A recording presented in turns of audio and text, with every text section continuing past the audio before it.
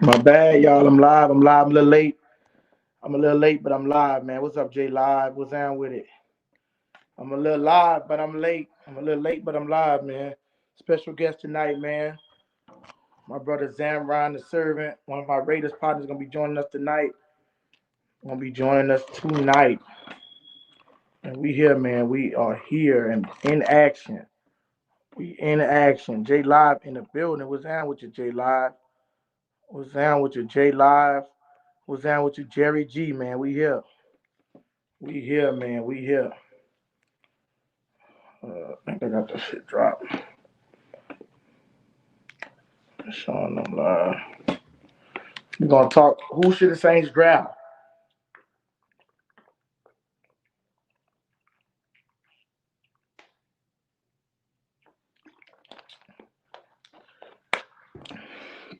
Who should the Saints draft?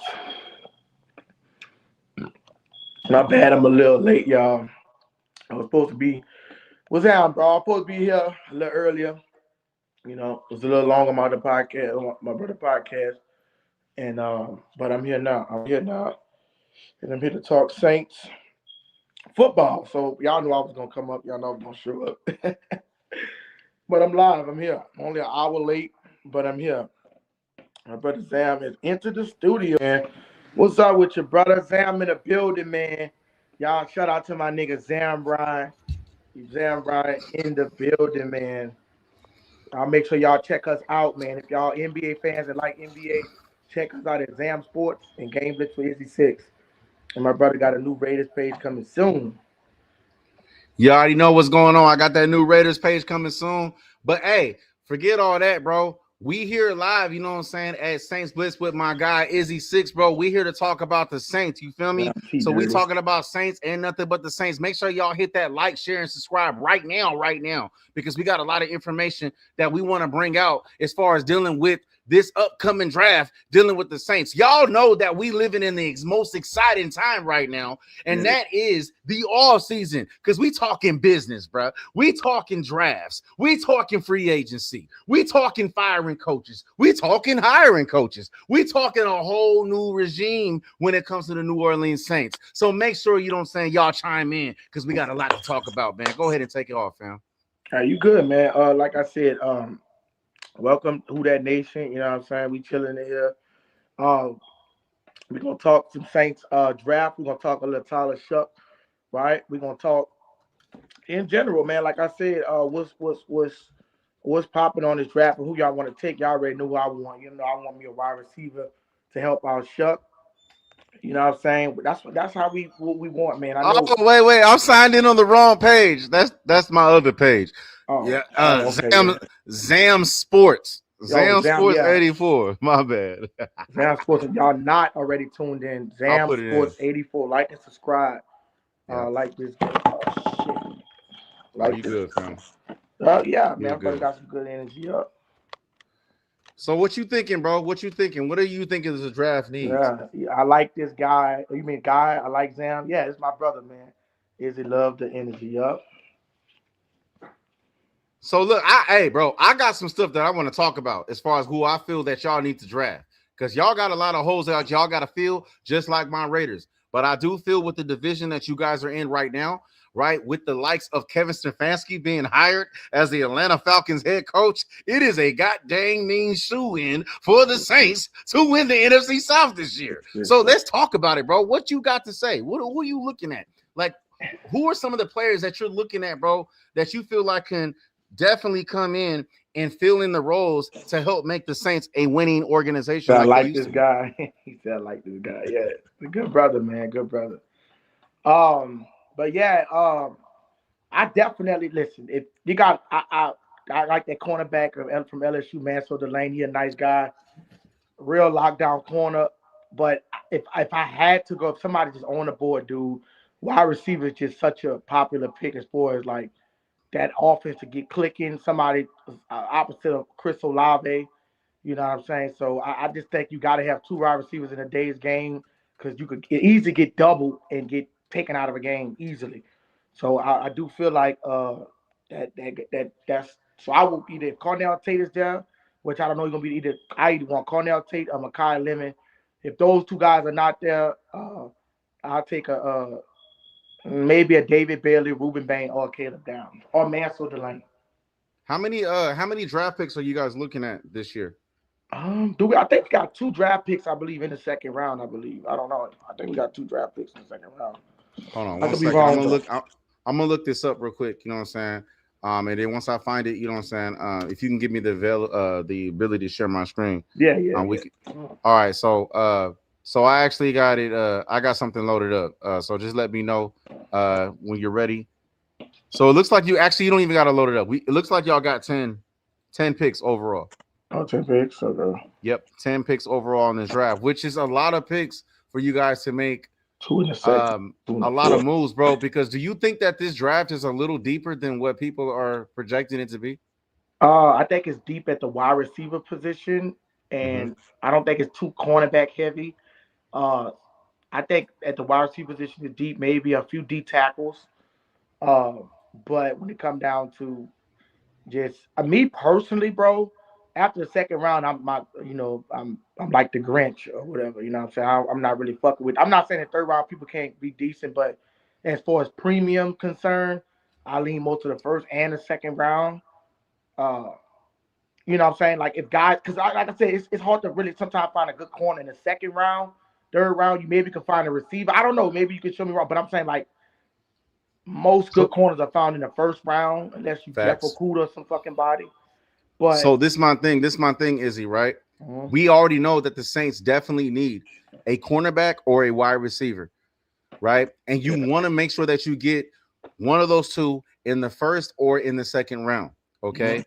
Now when we're talking about the second round, because this is a defensive heavy type of draft, and there are a lot of receivers. Let's just deal with the receiver position at first. There's a lot of receivers, right, that's being mentioned. You got the likes, you know what I'm saying, of a Cornell Tate, right? I've been pushing for my Raiders to draft Malachi Fields. You know what I'm saying? He's actually kind of been rising, but I've been talking about Malachi Fields for Notre Dame for quite some time. Right. You got the likes, you know what I'm saying, of other receivers that have really been showing out in the actual combine. Have you, do you think, let's just say that you guys don't draft a receiver in the first round. If there is a receiver that's available in the second round and you haven't drafted a cornerback yet, if you are the GM of the Saints, what are you making with that second round pick? Cornerback or a wide receiver? You said if I did draft a wide receiver? No, if you were the GM of the New Orleans Saints of this upcoming draft, you get to the second round, because I feel like the second round is going to dictate if you guys, like where you guys are going to go and move into the future. As far as the first round, it doesn't matter what teams pick in the first round. The first round is actually deep if you really go look at it. Yeah. When we're talking, the second round is the key. So you guys have a pretty high draft pick with that second round, right? A little bit after us, because we got the 36th pick in the second round as the Raiders. Okay. Yeah. If so, in the second round, if you guys do not draft a cornerback in the first round, in the second round, and there are still going to be cornerbacks that are available and wide receivers that are available that can come into the New Orleans Saints organization, come in as a second round draft pick that can instantly make an impact in the team as a starter. So would you draft a cornerback or a wide receiver in the second round? If I take I have to go with the corner in the second round, because we got, that'll be what we got. Chris Olave, said we get Makai Lemon, and we got Jawan Johnson already as a tight end. So we'll be kind of good at the receiver position. I'll go straight out and go take corner and go. But maybe we got a few guys that's decent. But I would have to go corner, or if they got I doubt they have a decent edge rusher. I just go corner. I don't really see it as a premium. So you're saying position. No, I respect that, bro. You're saying corner. Now, real quick, bro, I want to share my screen because I've been looking into some cornerbacks that I feel like that's going to be available for the Saints coming up in the second round. And I want you to look at cornerback Mansour Delane. He's from this is at LSU's Pro Day. This guy just ran a 4.35 in the 40-yard dash. Damn. We know that at the cornerback position, you want speed. when we're seeing the development of these wide receivers and what they've been doing over the past 5 years as far as beating these cornerbacks off the line.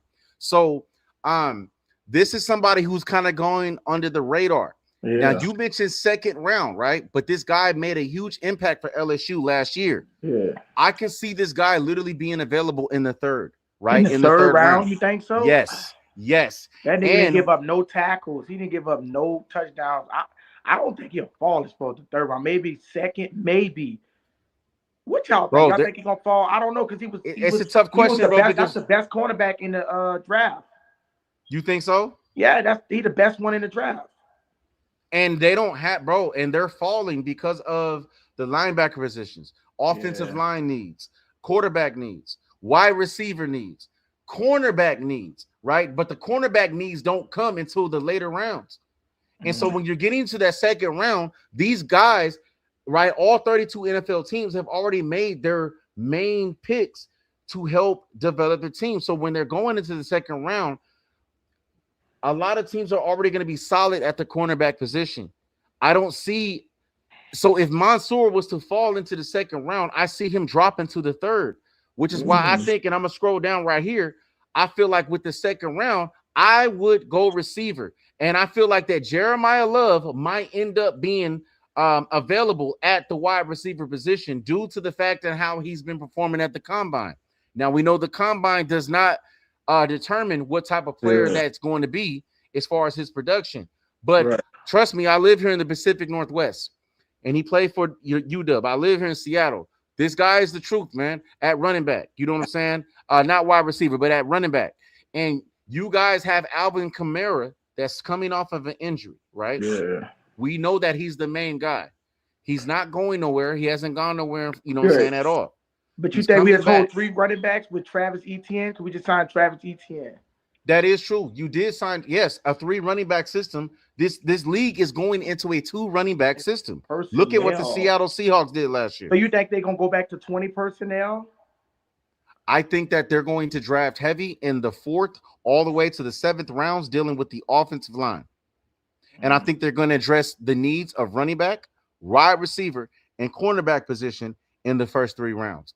If they're able to do that and able to get the likes of a Jeremiah Love, right, from UW, maybe even get the likes of a linebacker from Harold Perkins, right, because they just had their pro day. He just ran a 4.3 as a 40-yard dash. Y'all do need some holes in that linebacker position as well, right? But if you're able to have these type of players that's available, right, in the 2nd to the 3rd and maybe even 4th rounds, you guys can literally win the actual draft coming up this year, just like my Raiders clearly won the free agency. What do you think about that? Man, what's out with the J Live, brother? What's out?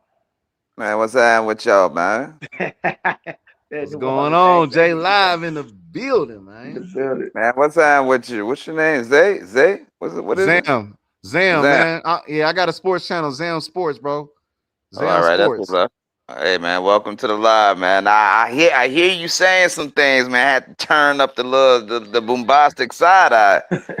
You know what I mean? Hey, what you agree with and what you disagree with? Let me know. All right, the disagreement is Dulaney. That dude is not flying under the radar, bro. Like, if he gonna get picked in the top 20, easy. Okay. Yeah, he gonna get picked in the top 20 easy, bro. Like, he's the number 1 cornerback, and that's pretty much unanimous on everybody's board when they got the top cornerback coming off. But why is he not mentioned as being in the top 10? We're talking about a top player at his position. Whenever we've seen top players at their position, they're usually mentioned in the top 10, despite team needs. You got the floor though. You heard mentioned before him, because I'm serious. Like, all the drafts I don't saw, he's been like the number 1.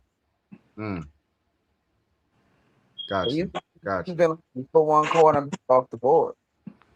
So, hey, what would you do then, J Live? You know what I'm saying? With that, and I'm really specifically talking about the 2nd round pick specifically. What would you do with that pick? Are you gonna go receiver, linebacker, or cornerback? Now, what we did in the 1st. What you looking to do in the 1st? No, I'm saying like did we in the second round, so we already made our first round pick. Did y'all already say who we got, or No, we we're just not. had? No, I was just specifically speaking about the second and third round because I feel like in the first round that a lot of outsiders that are not on the inside dealing with this draft, I think they're overlooking the first round of this draft. They're looking at this draft as if it's a weak draft. But a lot of the players that are coming into this draft are coming with experience. You know what I'm saying? Coming at the age of 22, 23, you know what I'm saying? Already with that experience and winning experience. And I feel like that it's going to be very, very tight with the first 32 picks in the first round to where you're going to have a lot of guys that should be qualified to be in the top 20 picks in the first round that are going to end up falling to the second round because of so many needs that are already filled due to the free agency. Well, that's definitely gonna play a part. Uh, in the first round, man. In the first round, if he's available, I gotta take that defensive end Bailey. I like him. I like him. I like Yeah, him. if he's available. Now, second round, I gotta look out for my boy Shuck because I can't be having my boy Offensive. going in there throwing to plumbers and mechanics. You know, we can't do that no more, man. Like, so we have Yeah, to, we sounds have to scary, bolster G. up that wide receiver room. And plus, there's a lot of talk with the Saints drafting Chris Bell out of Louisville Yeah. with that connection that he has with Shuck already. Okay. So you're saying that in the earlier rounds, like from second to maybe the fourth round, or maybe just even the second round, particularly, that y'all need to go and address the offensive line position. The wide receiver position. Oh, wide receiver. Yeah, Chris Now, Bell. Chris Bell is that wide receiver, 6'3", 225 pounds, okay, ran like a 4.3, 4.4.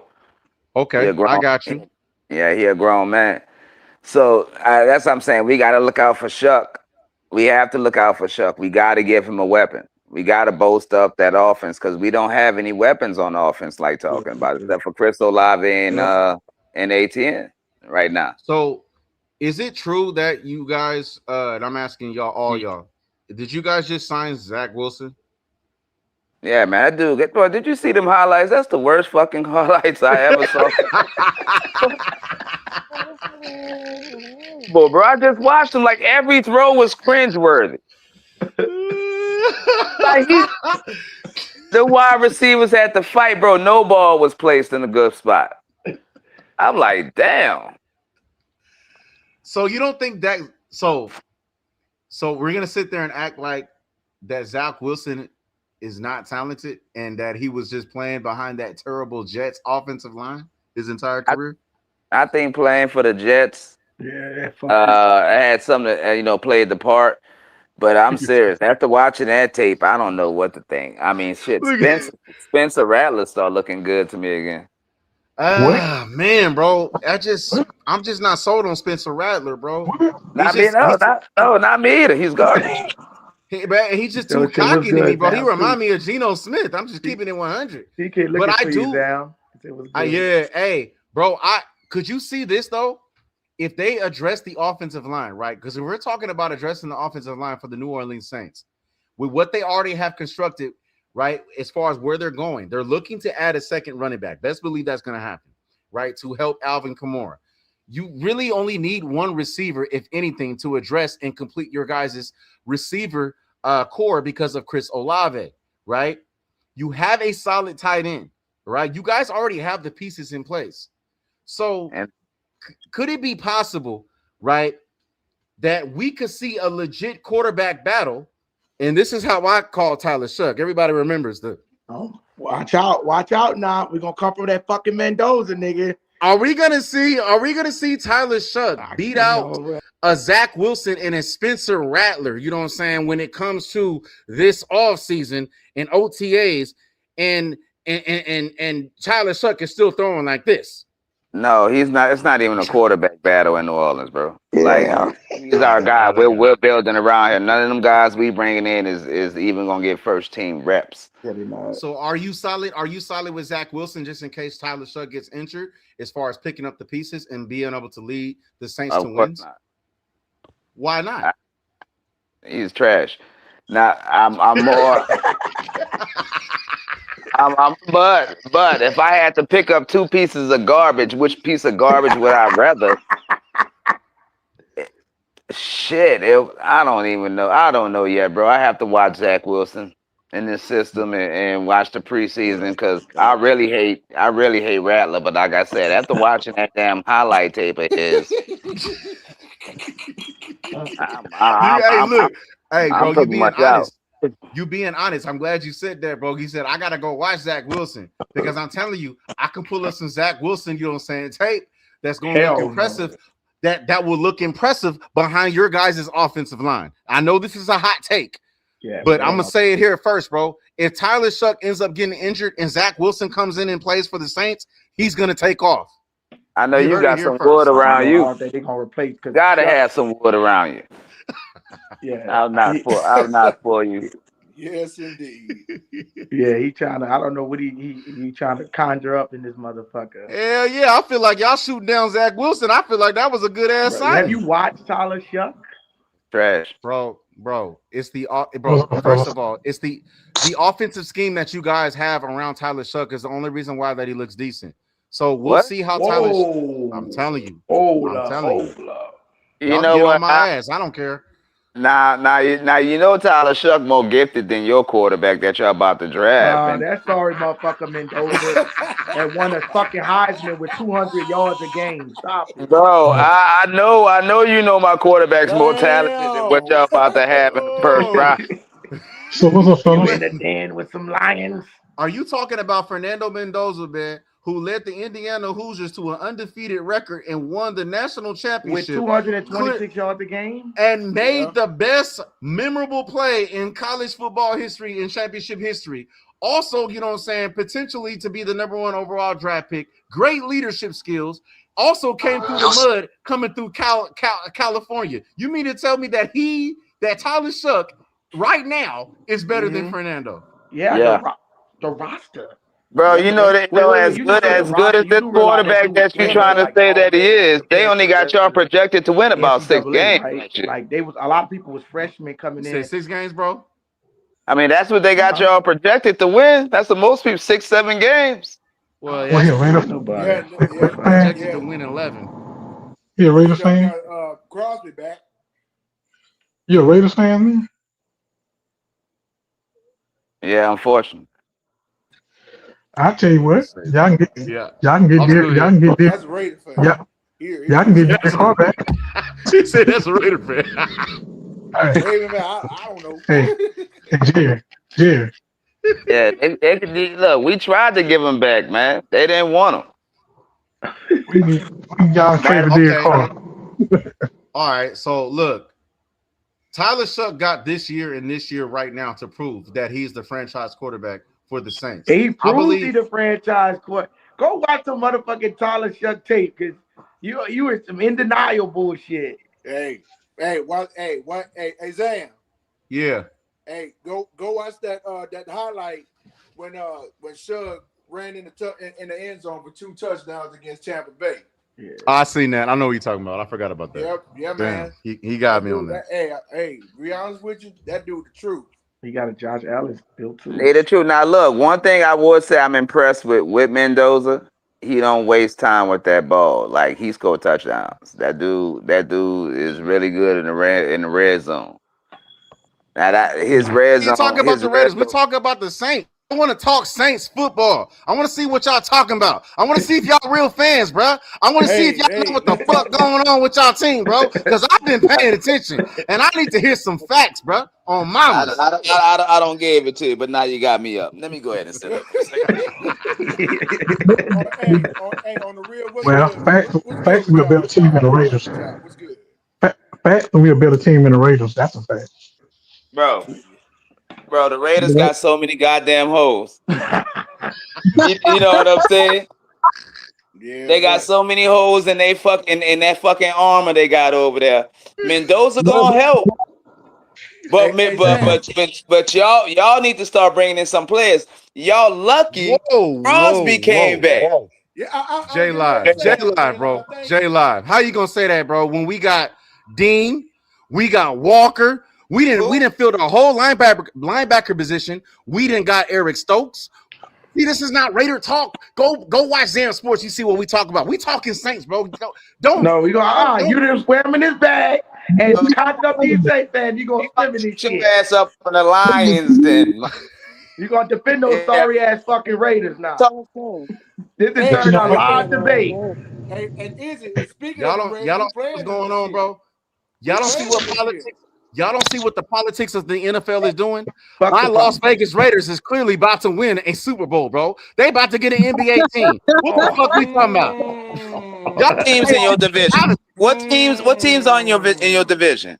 Oh, the Kansas City Chiefs, and how is Patrick Mahomes gonna look coming after that injury? How is Bo Nix gonna look coming after that broken ankle? The Chargers? We talking about Justin Herbert? Sorry ass. What are we talking about? It is set up for us to win. Black and silver, baby. Just win, baby. But back on the Saints. Look, I can tell Zan ride with his Raiders. Just like we ride with our Saints. And he talking about the AFC West, and we over here talking about the NFC South.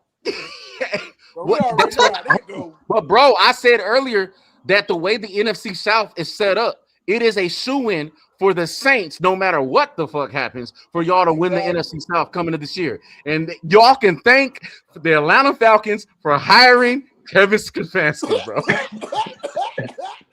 Hey, you talking about the Atlanta Frogs? Hey, Atlanta's out of it. Speaking on that note, since we were talking about the Falcons, we just a couple of days ago, 328. 328. Yeah. And Saints fans, y'all know what I'm talking about. Yeah, Atlanta got their 25-point lead in the Super Bowl against the Patriots. Yep. Is the schedule out for the Saints already? Yeah, but the teams that we play. Let me see if I can pull up. I'm gonna pull up the schedule. Hold on. I think the schedule release is coming out. Yeah, they play the team, but they don't got it in order. Sam, they don't got it. Oh, okay, I got you. So they do have the teams they're playing, right? Yeah. And we already got the opponent set. We just waiting. We already got one playing in Paris. Yeah, that's in October. Got you. Saints gonna be looking real nice come week 11, week 12. Why so? Hold on, J Live. Why so late, bro? No hope for your team? No, I'm talking about week 11, week 12. We will be wrapping up the division. Oh, okay. I was about to say. Golly, man. I'm probably looking at like 10 wins this year. Possibly. I'm saying the only thing they got to do is stay healthy.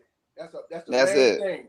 Because we've been battling injuries year after year after year. And we've been battling injuries since injuries been injuries. Shit. We have to stay healthy this year. That's my main concern right there, bro.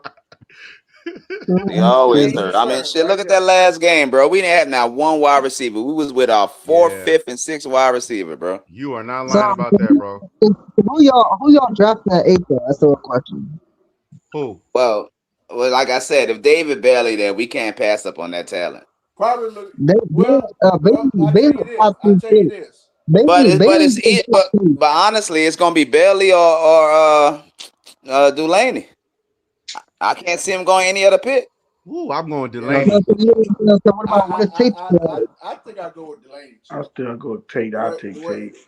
Nigga, Carnell Tate had a weak ass 40. What are you talking about? I know we're not talking about this fake ass combine. Bro, we're not doing it. Same combine that said Joe Burrow had baby hands. Y'all need DB. I'm gonna get that LSU DB if I was y'all. To be honest, he's nasty. Downs. Nah, LSU. Yeah, hey, I got some footage pull up on Caleb Downs. Shit. Caleb Downs a beast. Yeah, they're not gonna take that free safety. I don't think watch him enough because I'm not sold. I'm not sold on him. If we take Downs, I'm not sold on Downs because he don't have a position, and we got so many safeties. We got Reed, we got that dude we picked up from the Colts. We got Sanka that came in. Yeah, that play nice. I just don't know if we got a spot. I mean, we need a number one cornerback, and that's not him.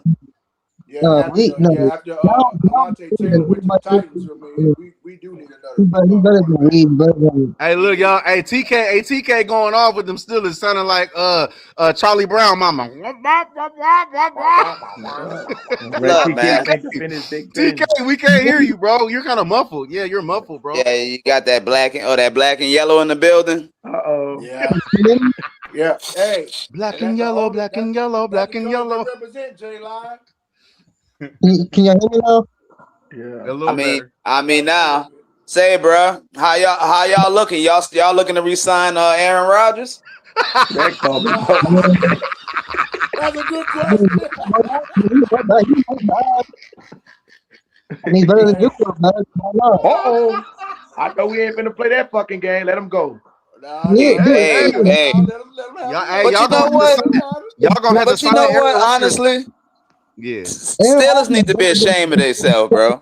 All these goddamn years, and y'all have not got a quarterback, bro. Exactly. Y'all don't even try to get one. Right, y'all niggas with Aaron Rodgers. Hey, bro, J Live. They presented it. Go ahead, TK. Why would we keep on the quarterback? That makes no sense. But there's no quarterback worth the last 2 years to trade up for. Why the hell would we do that? What you talking about? Y'all been looking for a quarterback since Roethlisberger. That is like fuck. Give away some damn draft picks and move up. Exactly. Y'all got the defense. Y'all had a good team. Y'all just need a competent quarterback. Package some draft picks and move up. Them niggas got Kenny Pickett. I just want to pick their quarterback where they are, but they always in the playoffs and they always in the middle of the pack. Y'all ain't never gonna get no top talent. I want Dante Moore from Oregon next year. That's what I want. TK. Hey, the organization better take their paperwork and take their ass to Jeopardy, you know what I'm saying, and beg Aaron Rodgers to come back because it's looking bad for you, my guy. That bitch Aaron Rodgers is garbage. Your quarterback rather be a host for Jeopardy, bro, than a quarterback in the NFL. Because he's garbage. Hold on. Izzy, he's excellent at Jeopardy. He's better at Jeopardy than he is a damn quarterback. Have you watched it? If I was the Steelers, I would just go grab somebody in the draft. I mean, we got Pittman. You know, we got him a receiver too now. Hold on. I want to ask this question because it was you said J-Law, you said something about some shit about Shuck. Somebody was trash. Repeat that motherfucking statement again, TK. Shuck. I said A-Rod's better than Shuck. Yeah, he is. A-Rod's better than Shuck. Right now? Hold on, right now? Hold on. Now. No, let's pull up the stats. I got it. Don't even worry about it. I'll let you know when I'm ready to share. We not letting that shit go. Hold on. I'm not about to do a quarterback that played 8 games over A-Rod. That's not realistic. Broke every fucking record. He did not break every record. Stop playing that stupid shit, bro. He did, nigga. He broke the fucking Saints record. No, the fuck he didn't. Yes, he did, nigga. Yeah, the Saints. That's not a compliment. The Saints, yeah. A compliment. He broke Drew. Oh, this nigga here, man. He broke Archie Manning rookie record. Yeah, but Drew Brees was not with y'all when he was a rookie, so that does not matter to me, no. All right then, so sorry. It's not that great. Hold on, I'm about to pull it up. He threw for 24 touchdowns and 7 picks. He threw one game with 250 yards. One time. Right. Now, I just want to go ahead on record and let both the Raiders fans know and let the Steelers fans know that, you know, at this moment, the Saints is on top of both of y'all right now. Yeah. I mean, with the moves we've been making. Yeah. Dude, the Steelers. Y'all wait. Hold on, I got the stats pulled up. Hold on, he got a point. Hold on, I'm gonna share my screen. The Steelers got Pittman, Jamal Dean, Devon Brisker, So Hold on. You go to games, let the proof come Y'all out. see this? Hold on, y'all see this? All right, so look. So look at the games though. Let's start with that. Tyler Shough only played 11 games this year. Now, when we look at the stats, we got to keep that into consideration. All right, let's look at the completions. We're talking 327 to 221 compared to Tyler Shough. Remember, he played 5 less games. He played 5 less games. We're looking at the attempts. We're looking at the attempts. All right, let's look at the percentage. The fact that Tyler Shough played 5 less games and has a higher completion percentage than Aaron Rodgers speaks volumes. With him coming into his rookie season, right? Knowing that Aaron Rodgers at this point last year is already established himself as a Hall of Fame quarterback. Now we go into the passing yards. There's really not that big of a difference. We're only talking about a little less than 1,000 when it comes to but passing it's a big difference if you look at the totality. The That's games, 6 games. the games, exactly. Games versus 10. A decent quarterback should be able to throw for at least 1,000 yards within 4 games. And that 11 games, he didn't even start all of 11 games. That was the games he played in. He only played 8 games started. Let's look at the passing yards attempt. Okay, so when Aaron Rodgers actually completes, as far as from last year, it averaged about 6.7 compared to Tyler Shough 7.3. So if we're really just going off just with these stats right here, Tyler Shough has him beat. Now it gets tricky when we get to the touchdown passes, okay? Because what I want to highlight though is that Tyler Shough is a rookie compared to a veteran, a former MVP. Thank you. Bring it out, nigga. We're talking 24 touchdown passes between, you know what I'm saying, as far as Aaron Rodgers compared to 10 touchdown passes with Tyler Shough. Now we look at the interceptions. Tyler Shough has less interceptions. Now, some may say 10-6 ratio is pretty bad, but we're talking about a rookie who's playing behind a trash-ass offensive line last year. So with these type of stats that's being put up at a 67.6%, bring out the rush yards. Bring out the rush yards. Now we get to the rushing yards. This definitely makes a difference. So when we're looking at the upside going into next season, Tyler Shough is clearly better than Aaron Rodgers. Get it. Yeah, I'm not buying that. Bring that shit out, nigga. Come defend that bullshit, nigga. Come defend that bullshit, TK. You know how we get down, nigga. Everybody got DK and Pittman though, so a lot will change though. All right, and right now we got Olave Vele, we got Jawan Johnson that put up 9. That put up what did he put up? 8 yards last year. We got Moose and Darnell Washington better than yours. Come on now. Oh, hold on. The motherfucker that faking a fucking arm injury. Here we go. So he can stop Aaron Rodgers, stop throwing him the fucking ball. Oh no, actually, you know what? Hey, answer his question. He asked about what about third down percentage. Tyler Shough, that's the reason why that he's starting. It's because of his third down percentage. Yeah, he lead the league. He lead the league in third down percentage. Come on, stop fucking playing with me up here, TK, nigga. Bro, hey, TK, when Tyler Shough came in. He still got proven, so he played 8 games. I'm not going to put him over a Hall of Famer. TK, I know how y'all wanna look at shit, but when you look at the way he played, the way he commanded, bro, he stepped in and commanded that offense like he been there before. You know what I mean? That's good. But TK, I'm not gonna put a rookie that played 8 games over a Hall of Fame. You was dick ride big. But no, so TK, real quick, is he TK? TK, do you see what's happening with the league right now over the last 3 years? Rookie year. What you talking about? These guys are literally, the teams are literally drafting young. And they are developing the players. They're not letting them go. Teams that have been leaving, they're developing Tyler Shough. So if you're gonna draft a quarterback in the first round, you better, or second round, whatever, you better develop him. And so while you're trying to shoot down Tyler Shough, when the whole organization is behind him, we need to know who is behind the quarterback from the Steelers. I'm not sure. I'm just saying, are the Steelers building around fucking Aaron Rodgers? No. The Saints building around Tyler Shough. Y'all should have kept Justin Fields. It's the difference. It's the difference, bro. Y'all should have kept Justin Fields. Bro, I guarantee you Pittsburgh would trade Aaron Rodgers to the Saints for Tyler Shough. Straight right up. now. Right now. Right now. Right now.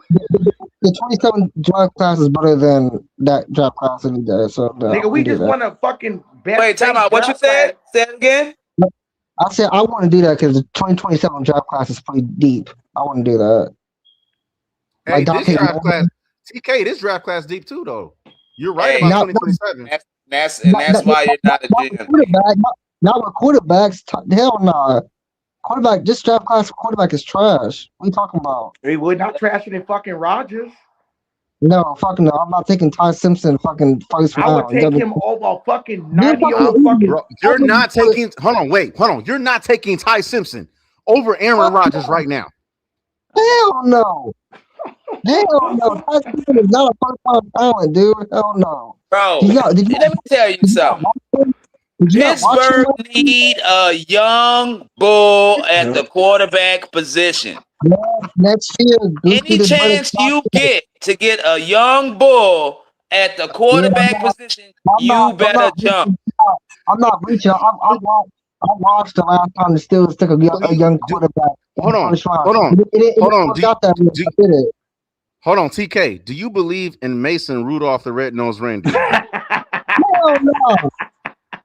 Hell no. That's what I'm saying. Had a very shiny nose. Even that garbage motherfucker, bro. Hey, what you expect when you go bargain bin shopping? Spend some money and get a real quarterback. The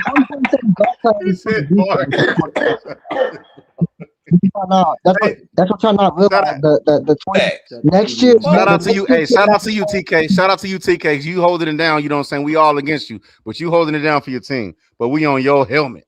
Come on. And we and don't forget, y'all, free baptized lessons. We convert niggas in the name of Chris Olave and Alvin fucking Kamara. I mean, both your teams. I mean, Zam, your team is picking at 1, and Izzy, your team is picking at 8, and 2. I've been saying it like 5 times now. 2027 draft class is better than this one. So why would I make a dumb fucking decision? Why would I pick Ty Simpson when he's a bridge quarterback at best? I would rather trade. Since we got 12 picks this year anyway, since the Steelers got 12 picks anyway, I would trade a couple back to go to 2027, and I would trade up for my quarterback next year, like a Dante Moore. So no, Dante Moore. So okay, are you banking on tanking this season and possibly getting a Dante Moore or a Arch Manning? Yeah, he's not gonna be there, bro. You're gonna have to pack this up finally. Yeah, we don't need a tank. It's called pack up your picks and trade up. It's not that hard. And y'all but yes, it is. Yes, it is, because y'all don't do that shit. Exactly. Yeah, Ever. I mean, we didn't need to. We had Big Ben for a good 20 years. You needed to, bro. Do you know how relevant y'all could have been? Y'all could have been a relevant team with a competent quarterback, bro. All this time. This whole y'all 9-8. Y'all 9-8 make the playoffs every fucking year, just about.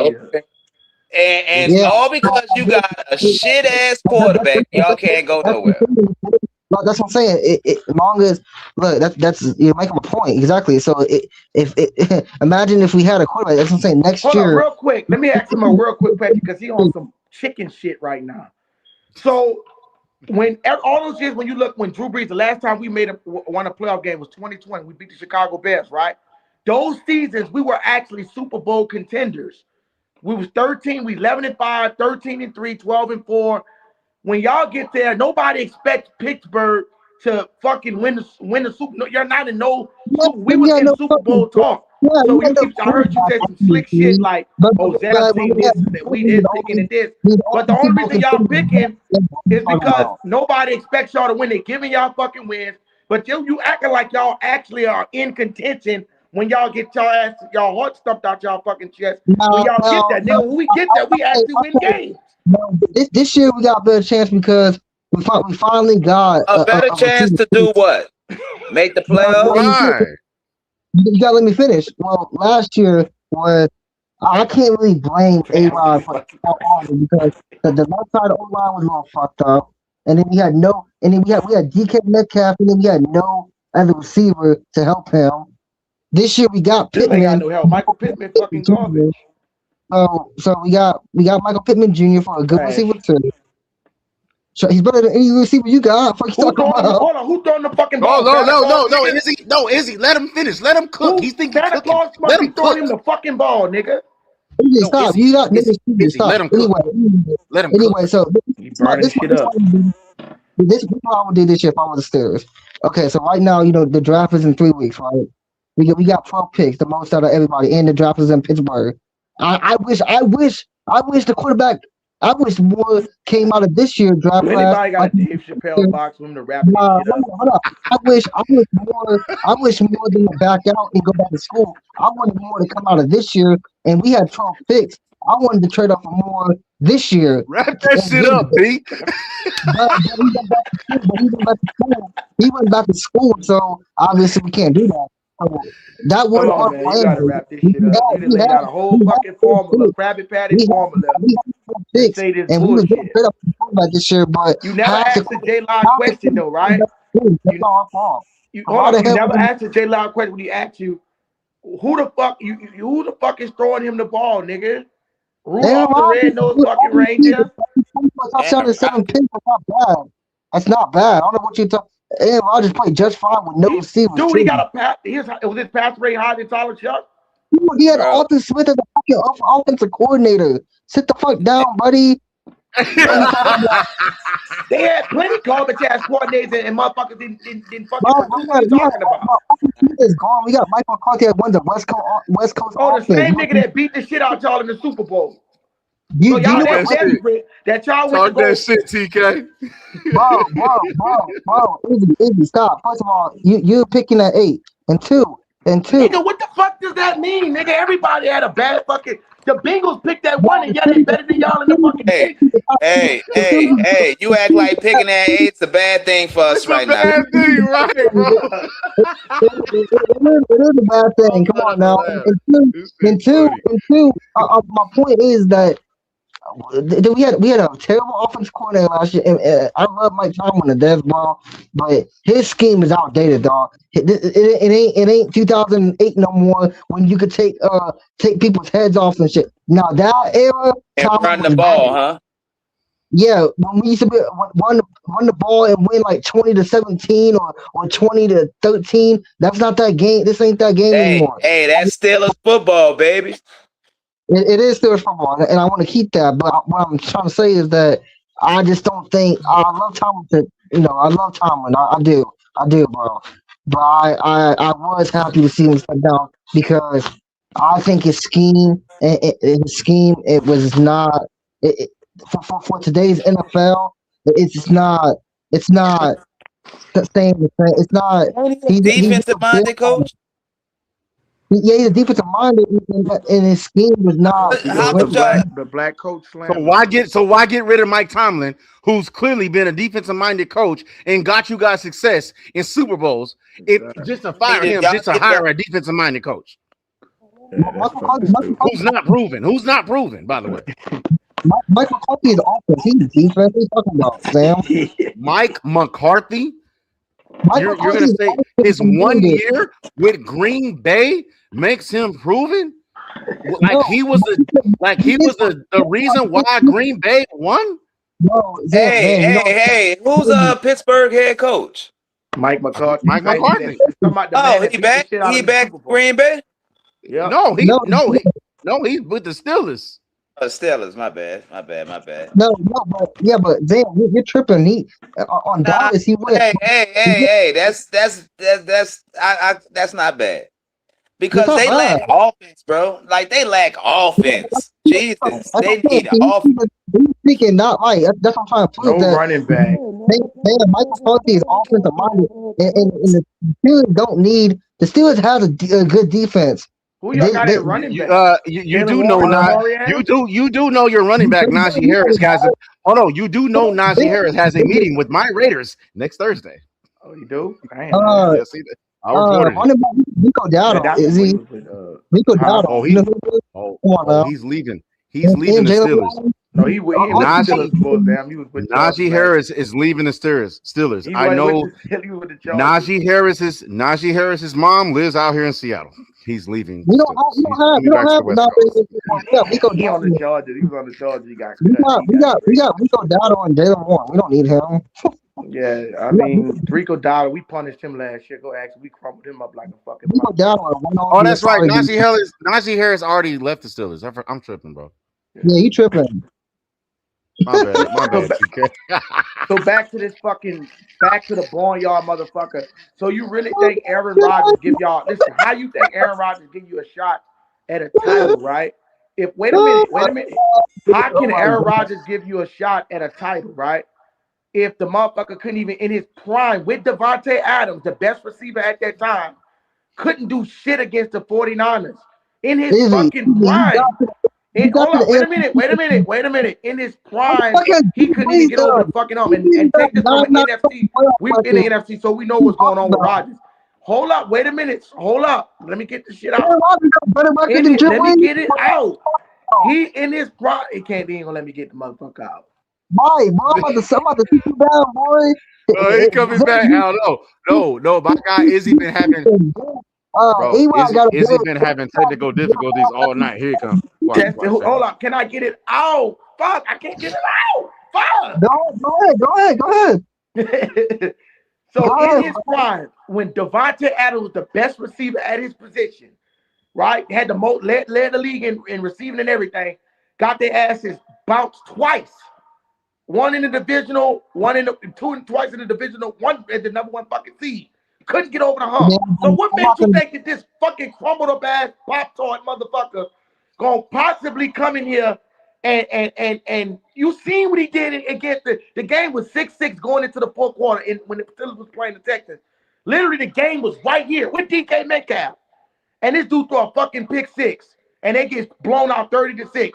Like, dude is not that nigga no more. Yes, he can make a few reads here and that, but bro, he cannot scramble outside the pocket.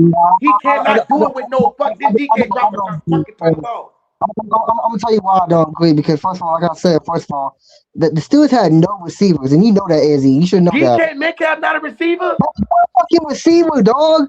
Hold on, bro. Hold on. They got George. Didn't they have George Pickens? No, they didn't. You're late, Sam. No. Izzy, you got to understand, bro. This dude ain't saw competent quarterback play. Bro, Aaron Rodgers old ass looking real good right now, real tasty. You have to understand that. Hey, he said Aaron Rodgers looking good because y'all ain't had a quarterback since Roethlisberger. He said everybody look good to y'all. Like a golden piece of rotisserie right now.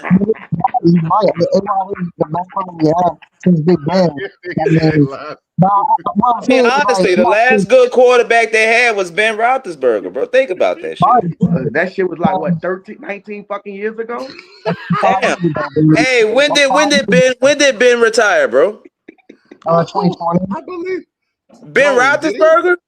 Hell yeah. 2020? No, he did. Yes, he did. No, he was not playing Drew Brees last year. Yes, he was. That's when we lost to the Browns, you goofy. For real? We beat the piss out we beat him. We punished them in the dome.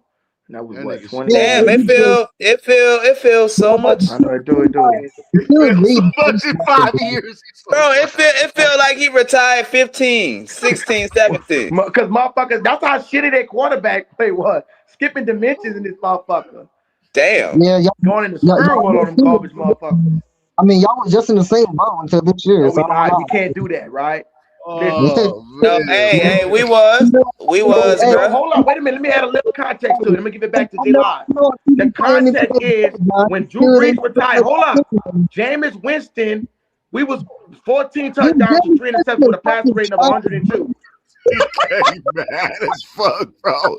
Jameis Winston fucking trash. He is fucking trash, but he wasn't trash on the Saints. Oh, no. Nah, eat them W's, bro. Put some respect on my nigga, bro. That's the difference between the Saints. He sure wasn't. He really wasn't trash anywhere, bro. We was semi-trash on the Bucks. It is trash. I'll take 7 touchdowns and 5 interceptions any day. But he was 14 touchdowns. We was going to the Super Bowl that year. Believe it or not, we was going to the Super Bowl. That nigga would throw for 6 touchdowns in one game and have 4 interceptions. He threw for 5 touchdowns in the Packers game. And what I'm saying was, that's what he not understanding. After that year, we were still Super Bowl contenders. Jameis Winston never had a running game, even when he was with the Saints, bro. Every time Jameis Winston has been in position to be a starting quarterback, they make him a starting quarterback because that's their last resort, bro. And they throw him to literally do everything. He did. He had an album there. But even in the playoffs, I think Jameis Winston the best backup in the NFL. Yeah. History. But hey, he'll beast as a backup because he'll come in and light that bitch up. He would light that bitch up, bro. If you add context to this is not the same Steelers of the Killer B era when y'all couldn't win it, right? With all that stacked squad. Let me show you why we the better organization. Let me prove it to you. Dude, you have wait a minute. TK, let him prove it. Let him prove it. I want to hear this. I gotta get this Kamehameha out, brother. We got 1 Super Bowl. That's enough said. We got 4 fucking Super Bowls, and I'm gonna explain why. Sit down. No, I don't give a fuck what the media says we got, nigga. I said we got 4 fucking Super Bowls. You got 1. No, it's not. Let me see. I can't get it out because he got the media influence. Listen too much of that. Hey, TK, let him cook. Let him cook real quick. Explain to you why we got 4. Go ahead. All right, Izzy, you starting off shaky. All right, come on, I'm just shaky. Hold up. We'll fucking shit. No, I'm explaining. Hey, all I'm saying, this is gonna be a tough argument. That's all. No, I'm explaining to him why we should have. This I'm saying. When I say Super Bowl, of course, we don't got it, but spiritually we got them bitches because of this here. If we go to 2017, spiritual. Yeah, nigga, let me get it out. 2017, we got robbed because some motherfucker want to do some stupid ass Minnesota bullshit. That's a championship, right? Stephon Diggs, I mean, with that bullshit come on, bro. Everybody know if Marcus Wilson would have just hit the motherfucker, everybody know that nigga got hired to do that shit. The second year, we got the worst no call in the fucking history. We should have been beating the fucking Patriots ass in the Super Bowl. That's 2, nigga. And the third one, we got OPI, no call on Mason Rudolph. We literally got his fucking hand and stuck it in his face, man, and threw him to the fucking ground. The same call that was supposed to benefit us in 2018, we got fucking screwed. The next year, they didn't even review the shit. So that's 3 Super Bowls. That's 4, nigga. Hey, you forgot about one. Is it cooking? Which one? When we had the best offense against San Francisco, we didn't get played, but we should have won that game. Oh, you talking about the Vernon Davis bullshit? Yeah. That shit, that bullshit. What year was that? That was 2011. That's when the Saints, boy. That's when they had Darren Super Bowl, and let's not take it. Yeah, Darren Sproles on that team, right? Yeah, we had that offense. That was the I think that was the most yards ever put up in the season. I think that was Drew Brees. That was Drew Brees. That was Drew Brees. That helmet call he had blasted Pierre Thomas, and they didn't even call this shit. Right. Yeah. It was literally the Saints got screwed. No, bro, you're not going to do this. The Saints got screwed the most with any team in NFL history, bro. So but you know who got screwed more than the Saints? And let's just Sean Payton. and let's just break it down even more than that, right? Do y'all really want me to go into my motherfucking bag, nigga? Nigga, in the 70s, that shit wasn't even fucking real. It was segregated. All the black players wasn't even in the fucking league. Hold up. The black players was not even all on the motherfucking team. Pittsburgh was allowing black people to come. That's how y'all built that motherfucking what you call that bullshit ass Steel curtain. Yeah, but it was segregated. Listen, it was segregated. Wait a minute, let me get it out. So this is very important. Because motherfuckers think I'm coming up with excuses, but this is fact. It was. Let me get it out. It was segregated. Still, the Pittsburgh had all them black players. And what is the premium position besides outside of quarterback that the black players play? D-ends, running back, and wide receiver. That's what I'm saying. So y'all won them 4 fake ass Super Bowls, nigga, when the shit was fucking segregated. You cannot count. Am I lying? Am I making it up? Niggas don't want to hear the shit. They'll call me crazy in this motherfucker. But the motherfucking shit was segregated. I don't count those Super Bowls in the 1970s. It started the 2000s for me, nigga. So according to my thing, you got 2 motherfucking Super Bowls, nigga. Behind the black SUV. You mad. That's crazy. And you know it's the truth. It makes sense though. It ain't bullshit. I ain't making I'll be it right up. back. I gotta grab me a drink real quick. I'll be right back. Okay, cool. Am I making it up? That's sad that you think that you got. Oh my God. We got more Super Bowls than you, according to my knowledge. I mean, yeah, Hey. that football, so your point is, so let me guess, so the Packers Super Bowls don't count either. Which one? I mean, the Packers was winning before the Steelers, so those rings don't count No, either. this shit don't count either, nigga. Only Super Bowls in the 2000s I'm counting. Bro, stop with that dumb shit, Nigga, bro. it's not dumb. Back then started this is the reason why the NFL Brother, you is. cannot start when the league was segregated. How does that make any sense? Stop, dude. You don't pay no respect to the back then, dude. That's a sad. Fuck Come no. on Terry now. Bradshaw was a garbage motherfucker and he was racist. Terry Bradshaw is a Hall of Bro, Famer. he was We racist. talking- They got documentary. He was racist, bro. He's not racist. You think anybody's racist? Is I don't. yes, you do. Go ahead, J-Lot. Go ahead, J-Lot. I'm sorry, I just had to come back to that one. Now hold Yeah. on. Now I'm about to fire your ass since you want to fucking talk shit. First of all, I mean I don't even got a problem with the Saints, but since I got You got a trouble problem with us? But two. Okay, so you want to talk about back then, which is crazy talk because I mean the Packers was first, and then the Steelers went into the 70s, and then Dude, you Dallas talking came. about the 70s football. Update me on So, football. Fuck the 70s, dude. Fuck those fake ass Super Bowls. I don't That count nigga, that shit. that nigga talk about Terry Bradshaw and them. You want me to Bald tell you head how I ass don't nigga. count that? Let's take. I'm gonna show you how. Listen, I'm gonna show you how fucked up. Wait a minute, real quick, because I'm gonna show you how fucked up the league is. Right? Even in 2011, when Drew Brees threw for 46 touchdowns, right? Drew Brees threw for 46 touchdowns, more than Aaron Rodgers. He threw for 5,400 yards, and he still got robbed out of the fucking MVP because these bitches I'm mad because these bitches got a narrative. Y'all don't understand it. Wait a minute. Talk. Hold on, I want to get it out. Shit is- I'm serious. I'm being serious when I say this. Hold on, TK, Hold on. TK, The listen. media, TK, hold on. listen, the media has a certain narrative. They like to push certain agendas. This is why they give certain motherfuckers. If you go back and look at that season, Drew Brees threw for almost 1,000 yards more than this nigga and cracked 5,000.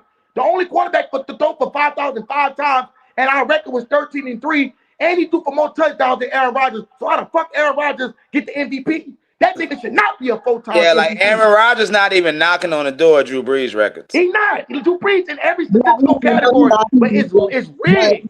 It's no, hold on. Even wait, hold on. I gotta get it out. I know I'm talking about, but I gotta get it out. This is why you start to see, even with the Seahawks. Let's just use Seahawks for example. Nobody had the Seahawks in the Super Bowl last year. I All did. of a sudden they come up. Oh, and nigga, I did. Hold on, Josh, correct that. I'm talking about the media, bro. The media. No, okay. The media. Because I But did. that's what I'm saying. They got certain. It was damn. This goes back to what you were saying earlier, bro. That's why I say Yeah. y'all gotta take this consideration. We Yeah, were just fake on a media. podcast talking about this. How certain Right. motherfuckers take the bag, certain motherfuckers don't, and then it gets to a point. It gets to a point where talent will override shit, and Yep. and then that's what I'm saying. Like these teams come out of the blue and get good. Now it's gonna be they're gonna try to de-scrutinize. Now I guarantee you, it's gonna be some shit that's gonna probably come out. Or they try to tamper like they did us with the Bounty Gate.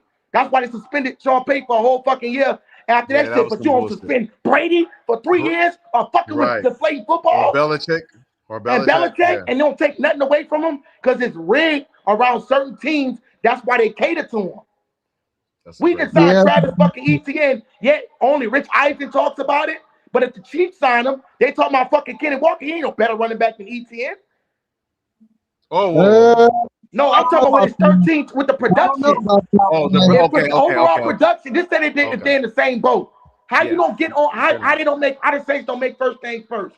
How the Saints don't make none of these shows? And Travis Etienne was one of the biggest fucking market signers on the league. But you only got Rich Eisen talking about it because they do this shit to fuck over certain teams. small market teams. This He's is not what they lying. do. He's not lying because look, these major networks haven't been talking about my Raiders for the last 3 years until we got the number 1 pick. So he's not lying about that. No.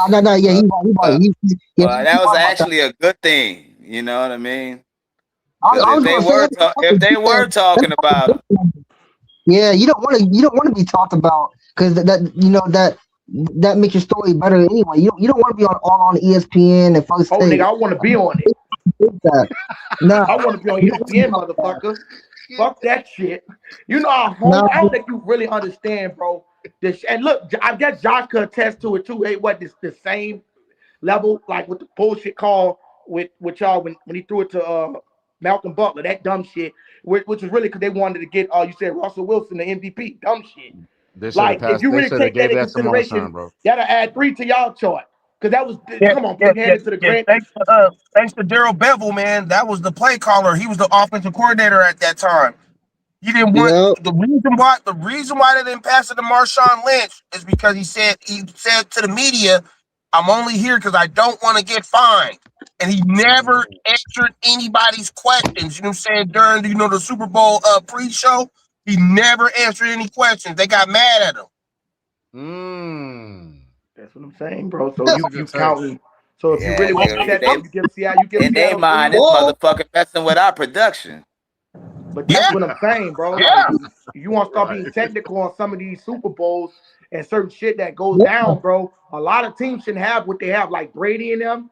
If you take 3 of them bitches away from that deflate shit, they don't have none. They're talking about a bounty gate. We hit motherfuckers hard. Oh well. Even if we was hitting motherfuckers hard, what they got to do with the game in itself?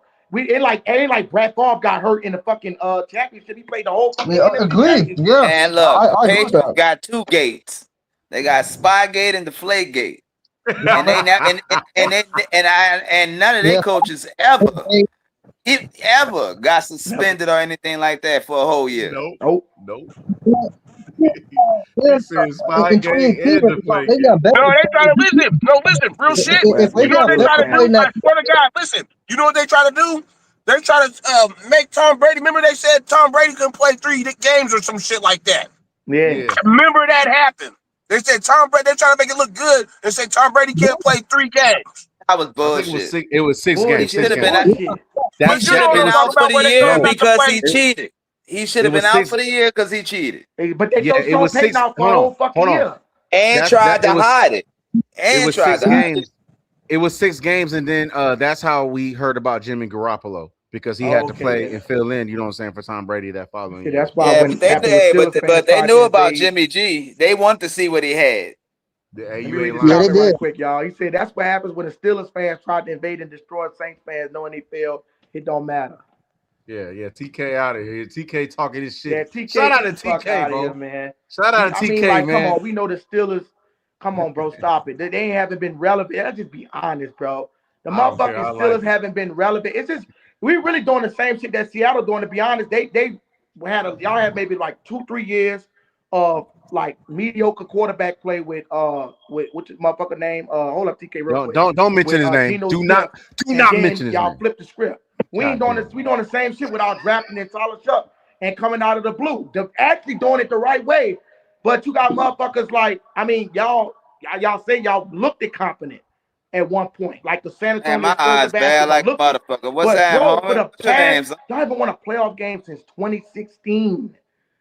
That's a decade, bro. You talking shit about the Saints? Yeah, the Saints ain't Dude, we've been relevant for 20 fucking years with Breeze, and we had 3, 7, and 9 straight teams because our defense was shit.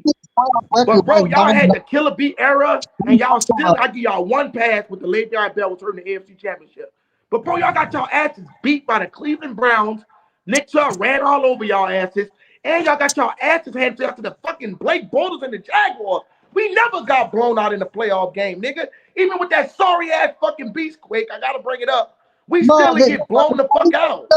The Saints has been the Saints is not one fake ass beast quake. The Steelers have been more Super Bowls than you guys in 2002. What are you gonna say about that? The Steelers been to 3. How many has the Saints been to? 1. But TK is about. What have you done for me lately? Bro, that's confident. Y'all look really confident. Y'all been going dominant to the Saints, bro. The Saints been like what? They made the playoffs one time since Drew Brees left. Man, your Super Bowl trophy made of bronze, nigga. You gotta stop saying dumb shit. What are you talking about, man? It's still been the 3 Super Bowls in the 2000s. What are you talking about, bro? Still got 3. He said your Super Bowl trophy look like the Heisman Trophy. Obama's. Man, it look like bronze. That's crazy, man. Trophy, man. They got a bus. No, is he? How many have y'all been to in the 2000s? He said the Well, what you trophy say? What look you like question, black. partner? He said the trophy look like Black Jesus. Wait, I can't say. Repeat it again, TK. What you said? How many times have you been to the Super Bowl in the 2000s? Okay, 3 times, nigga. I just told you. 2017, 2018, and 2019. No, we got fucking robbed 3 straight years. Super Bowl 1 time. Bro, we got robbed 3 straight years. What are you talking about? You cannot skip TK over talking this. that shit. I like TK. Bro, you can't. Listen, let me ask them a question, bro. If y'all listen, everybody on this motherfucking panel seen that call, bro. That puts us in the fucking Super Bowl, nigga. We got a history of beat. Does it not put us in the Super Bowl? The Rams one, I'll give you that one, but the other ones, no, you gonna give me the Vikings one too. No, you just think he's stupid. Look. Like the same shit with, hold on, wait.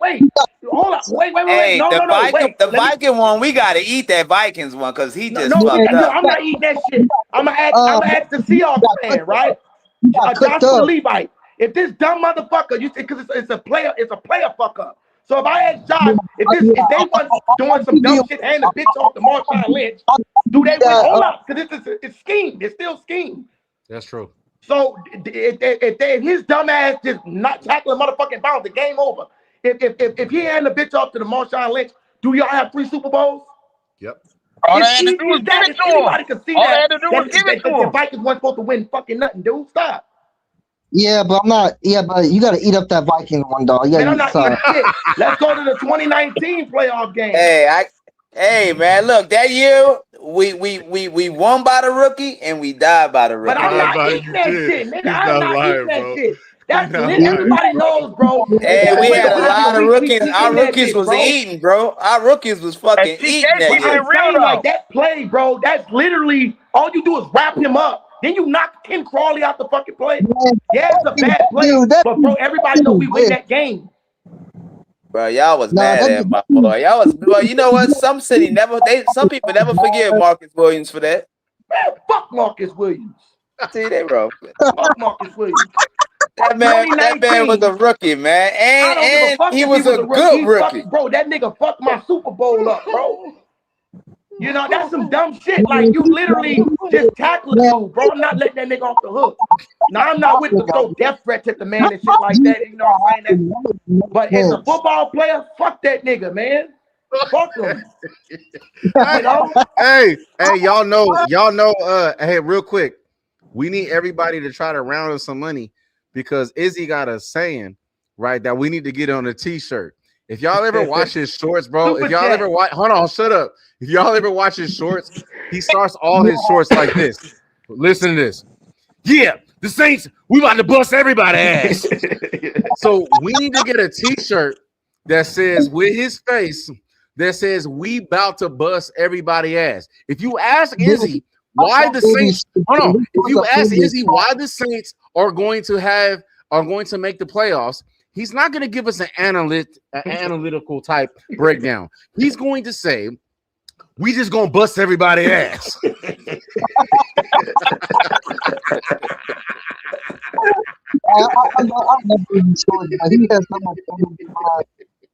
would have me dead. Bro, every time he say that, bro, Izzy, every time you say that shit, bro, I'll be crying laughing, bro. This is a good question. He said, when should the Saints expect another Super Bowl? 2026, 27, 28, nigga. We're going to win 10 straight. 2050. Hey, no, honestly, in the next 3 years. It could be as soon as next year. Okay, so a serious question. Hold on. Serious question. Who do you think is going to be the hardest in you guys' division? The Saints, nigga. That's in their division. No, listen. Who's gonna be the hardest? I'm saying the Saints is your what's called. Who's gonna be hardest in your division? Nobody's. Kevin Stefanski's there. I think it's gonna be the Panthers, if anybody. Yeah. They made the playoffs last year. Nice. The Bucks too. No. The Bucks lost talent, bro. They lost talent, and they didn't replenish. They're done. Nah, I don't believe that because dude, they the just Bucks lost got Jamel Dean too. So I mean, like, my Raiders. They can draft it. They lost Mike Evans. Tampa lost Mike Evans. They lost him too. He's going to San Francisco. He's going to the 40-winers. They got pick 15, buddy. They can go get. Hey, we all saw what they looked like when it was just cool. What's his name? The wide receiver, Cool McCool, whatever. Nakua, he about to be locked the fuck up. Yeah, he fucking overrated anyway. Man, you know they don't like when athletes speak out. That's Tampa Bay's wide receiver name. No. You talk about Ibuka. My bad. Yeah. When they just had him, their offense wasn't hitting on nothing, bro. Really my friend. All right, Poppy. What's going on with you? You came early. You know, I come in time just in case I need that. No, you cool, man. You cool. You know, I sit in my car. Josh, you know what I'm doing right now. I'm talking with the brothers right now. Man, man. He's a Saints fan. Mute your phone. Josh, mute your phone. Yeah, I'm a muted. Oh, my bad. I appreciate you. You good? All right, go ahead. No, I'm just saying that like the Bucks. I mean, the Bucks got pick 15. They could easily draft like a Mekhi Lemon or a Jordan Tyson though. We're gonna draft Mekhi Lemon probably. Yeah, receiver, bro. So what y'all? Hey, look, I've been talking about my Raiders. Look, I've been talking about my Raiders drafting wide receiver Malachi Fields at the second round, 36th pick. If he happens to be available, are y'all familiar with Malachi Fields, 6'4" receiver from Notre Dame? Don't do that. Second round talent. Yeah, don't do that. No, they got him in the first round. He was a second round talent. Now they got him getting picked by the Patriots at pick number 30. Third or fourth round, brother. Don't do that. No. Patriots gonna get a Patriots. All right, I'm just gonna say, hey, I thought they go get him. Malachi Fields is another George Pickens. You heard it here first. I'm trying to tell y'all, the best wide receiver in the draft is Chris Bell. No, he's not. The best receiver in the draft is. I'm trying to tell y'all think it's a game. That boy got hurt this year. What's his name? And that quarterback didn't sling that rock to him enough. Like he a grown man. What's his name, bro? J Live. What's his name, bro? I'm gonna look at it. Chris Bell. Ted Hurts is a beast. Chris Bell. Hey, what's his size? What's his measurables? He's just like GP. He's 6'3", hey, like 230. Izzy. He's a beast, man. Izzy, I'm gonna share my screen, Izzy. All right. I want to see what he's talking about. I promise you, he's a third round talent, but he's a beast, man. Oh, look at Billy, the scapegoat. Hold on, Billy, man, yo, inconsistent ass. Let me find out you in these motherfucking Atlanta chats, nigga. Let me find out you in these. All right, that's hold on, Chris Bell, number 0. Y'all see it on the screen? No. Hold on, you gotta share my screen, Izzy. Yeah, Chris Bell is a beast. He's not the best receiver on the draft, no. Pull his stats. He's 6'3", 225. Just pull his stats. Yeah, he's big, bro. Jordan Tyson's better than that 225. Nah. Hold on, bro. Nice. That 225. Hold on, real quick. That 225 at a wide receiver position, bro, is very stout, bro. He agrees. Hey, put it at what you call him. Bro, look how he took this little slant play. This is a guy that's 225. He took a small slant play. Let me play it. Hold on. My shit acting up. Hold on. Here we go.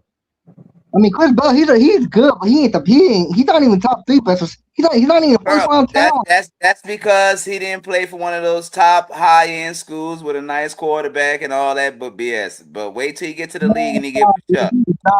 Wait till Chuck get a hold of that weapon. Boy, that boy gonna eat. Look at that right there. I like that. Right there. I like that right there. Hey, pull his stats up so we can see. All right, bet. Yeah. All right, Chris Bell's good. He said, "Hey, That was J 10 Live, game? Big said, stop it. 5. Chris Bell isn't the best wide receiver. He's not. Chris Bell Hey, is nice. hey, I tell you what, at the end of next year, you let me know. You can apologize then. Nigga. Hey, I'm gonna keep that. Hey, I'm gonna remember Chris Bell. I'm gonna remember that. All right, so look, we got Chris Bell, 2025 season stats. 11 games, 72 receptions, 900 bro, that's impressive, bro. That's a lot, man. That's a lot, man. 917. Hold on, we're talking 12.7. That's a first down every time he catches the ball. Yeah, it is. That's big man ball. All you got to do is keep feeding him. I'm telling you. You said he got injured, right? Yep. Well, yeah, but he got injured late. I think he tore his ACL. I think at the end of the season, right? Some shit like that. 'Cause he played the 11 game. See, he's coming off an injury. I want to trust that. I know. Hey, look, ACL injuries ain't what they used to be. You know what I'm not saying? even that. That sounds like say that, bro. Shit. I mean, I don't know. I mean, you can say the same thing for like Jordan Tyson right now. He's injury prone too. Hey, but they also young, bro. Like they young, so they gonna heal. He's still a young man. He gonna heal. No, I like Chris Bell. I do, but I don't know about if I can rock with you about. Hey, and I understand that because these other wide receivers got better stats and all this extra stuff. But when I look at him as just a football player, lasting, being healthy, able to take the physical part of the game, that's a grown man. Oh yeah, right. I agree with you on that one too. With speed. Look. Man with Let me strong say this. Hands with speed. I think y'all need to listen to Jay Live. Hold on, real quick. If you're a Saints fan, TK, we know you are a Steelers fan, bro. You've been going ham on the Saints since you got on. I want to elaborate on what Jay Live said real quick. You know what I'm saying? If you are a Saints fan, this is the problem. This is why I like what I see where Jay Live's mind is at, because that's where my mind is at when it comes to my Raiders. You got to look at the picks that these other guys are not looking at, guys. This is why he was talking about that receiver. I've never seen him, but it was that one play that I seen that receiver literally, you know what I'm saying, throw the guy to the whole left, you know what I'm saying, off of the line and get separation, you know what I'm saying, for the wide receiver position to get a catch. So my thing is that there's bigger names in the wide receiver position that are going to go before what Jay Live had actually, you know what I'm saying, suggested, right? So it would be a very good pick to go with somebody like that in the later round and watch him blossom, you know what I'm saying, to produce as a first round type draft pick. And you gotta understand, he also played with Tyler Shuck. He already played because they come from the same school. So they come from the same school. You did say that, bro. I forgot about that. They both went Shuck was throwing the ball to him, and that dude had a hellified career. He had a better year last year when Shuck was there. Wow. Yeah, I mean, that's crazy. He'll probably go. He'll probably go early second. I mean, I can see. I remember when I was watching Tyler Shuck tape. I kept saying, "Man, who this guy Chris Bell is?" Chris Bell, dude. Mm-hmm. Yeah. Right. Mm. See, now what I will say about the I like Jay Live, bro. I can tell Jay Live be on his shit, bro. Oh, I yeah. like it. I like that. What I will say about that draft positioning is that at 8, I would like to see. Was that Billy? Yeah, this is Billy. I would like to see us take somebody else at 8. Obviously, not a receiver. I think receiver at 8, little high. I think we need to go defense. No, I agree with Billy V. Receiver at 8. This is a deep draft with defense and offensive line. There are going to be so many receivers that are going to be available, guys, in the second round. Trust me, the Saints need to get their receiver in the second round. Billy, do they address the defensive tackle position or do they address the offensive line in the first round? I need to hear Billy. So what I'll say about that, as well, defensive tackle, no, I don't think so, because we'd probably have to trade back to do that. At 8, what I'm thinking is going to happen at 8 is we're either going to go Caleb Downs if he's there. Glad you said that. Or even I could see us trading up for Caleb Downs, but like let's just say we just stay at 8. All right. I hope he falls. We take him at 8. But if we end up taking like Yoani or Inachor at 8, I wouldn't be upset. Two really stand out that like Inachor is a tackle who can be a guard, and then you have Yoani who is a guard, and he's very good. I would. See, you talk about Owawe from Penn State. From Penn State, sir. Yes, bro. I was just telling him about boy. He a grown man, bro. Everything stops when he get his hands on. The Steelers are going to trade up to get Vega. Stop that. Hey, but look, bro. If we was to do that, if we were to go for that guard pick, right, from Penn State, I think we should try to trade back. I think we should try to trade back. So us trading back, it really does depend on what we get in that trade package. I mean, for 8, we'd have to at least get like 12 or like somewhere 16 to 12. Like trade back with a team that's maybe like 2 or 3 picks after us, because after that somebody else will pick them up. Your guys' draft picks are not high enough to just trade back with just draft picks. They're gonna want to. Wait. It depends on that team. If a team got a guy that they really want, our pick is we pick 8, and we got a lot of talent that we get to choose from at pick 8. See, on this one, I'm at where Zam is at right now. At 8, I don't really see if we want to trade us for that one. That's what I want, man. I want to trade off the Vegas so bad. See, but again, like, where do you think that Yoani's going to go? Because I think he's going to go a lot higher than people are projecting him. Yep. I think he's going to go higher than. I think Billy on it, bro. Billy on it, bro. That dude is a beast. I think he's going to go in between 10 and 14. Yeah, exactly. So I would, if I was the Steelers, we're at 21 and we got 12 picks, I would call the Rams at pick 13 and be like, we'll give you 21 and since we got 3 thirds, we'll give you a third too and call it a day. See, but the problem with doing that for you guys is the Steelers they already have a pretty decent roster. I don't think they need to go about, trading like 6 picks to potentially get somewhere in the upper first round. You guys need a quarterback. Yeah, and you need a quarterback. That's easy. I'm saying, Billy, you don't have to from 21 to 13 is only 250 points. You don't need to give up. Honestly, a third round pick. Bro, like TK, I don't mean to interrupt you, TK. Let's be honest, TK. I need a yes or no answer. Do you guys need a quarterback? Yeah, but not this year, no. No, it ain't no but. Yes. No. We need a yes or no, bro. Hey, let me ask you this: if Todd Simpson is available when y'all pick, are you picking? I'm snatching his ass up. No, I'm not picking y'all, and that's why y'all not winning, bro. Because y'all still thinking about Ben Roethlisberger, bro. God damn. No, that's why, the reason why I'm not picking Todd Simpson because there's a better draft class in next year. So yeah, I will agree with TK on that one. All right, and look, I can understand your argument, but that is a quality quarterback that's actually within your reach that you haven't been there to reach one in I don't know how many years. Now I'm about to follow you. Yeah, I remember the Steelers did that already. We Big Ben was tired, and we picked Kenny Pickett, and how that turned out. Hold on. We talked about that. Hold on. Whoa. What pick did y'all pick him? Let's 20. 26, 20? I think. What you think you're gonna get at 26? It's a toss up. No, it was a 26. No, we picked him at 20, not 26. 20. Oh, okay, got you. Hold on. That's a very 20 still a toss up. You know, you don't know what you. Hey, J Live. Let's find out what quarterback was drafted over 20 that same year. That's what I was about to say. Because there was a quarterback that they could have got and they didn't get him.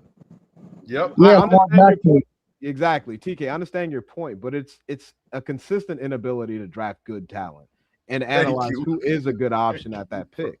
The fact that Lamar Jackson, I don't see the upside on Ty Simpson. That's all. And I'm not saying I disagree with that, but what I will say is that I think the window to draft a quarterback was certainly Lamar Jackson. Now you're gonna have to Yeah, wait. trust me. I mean, not really though. I mean, Lamar Jackson's playoff record is what again? So not really, but I mean, Well, okay, hold on. Like, we're not gonna get into all that.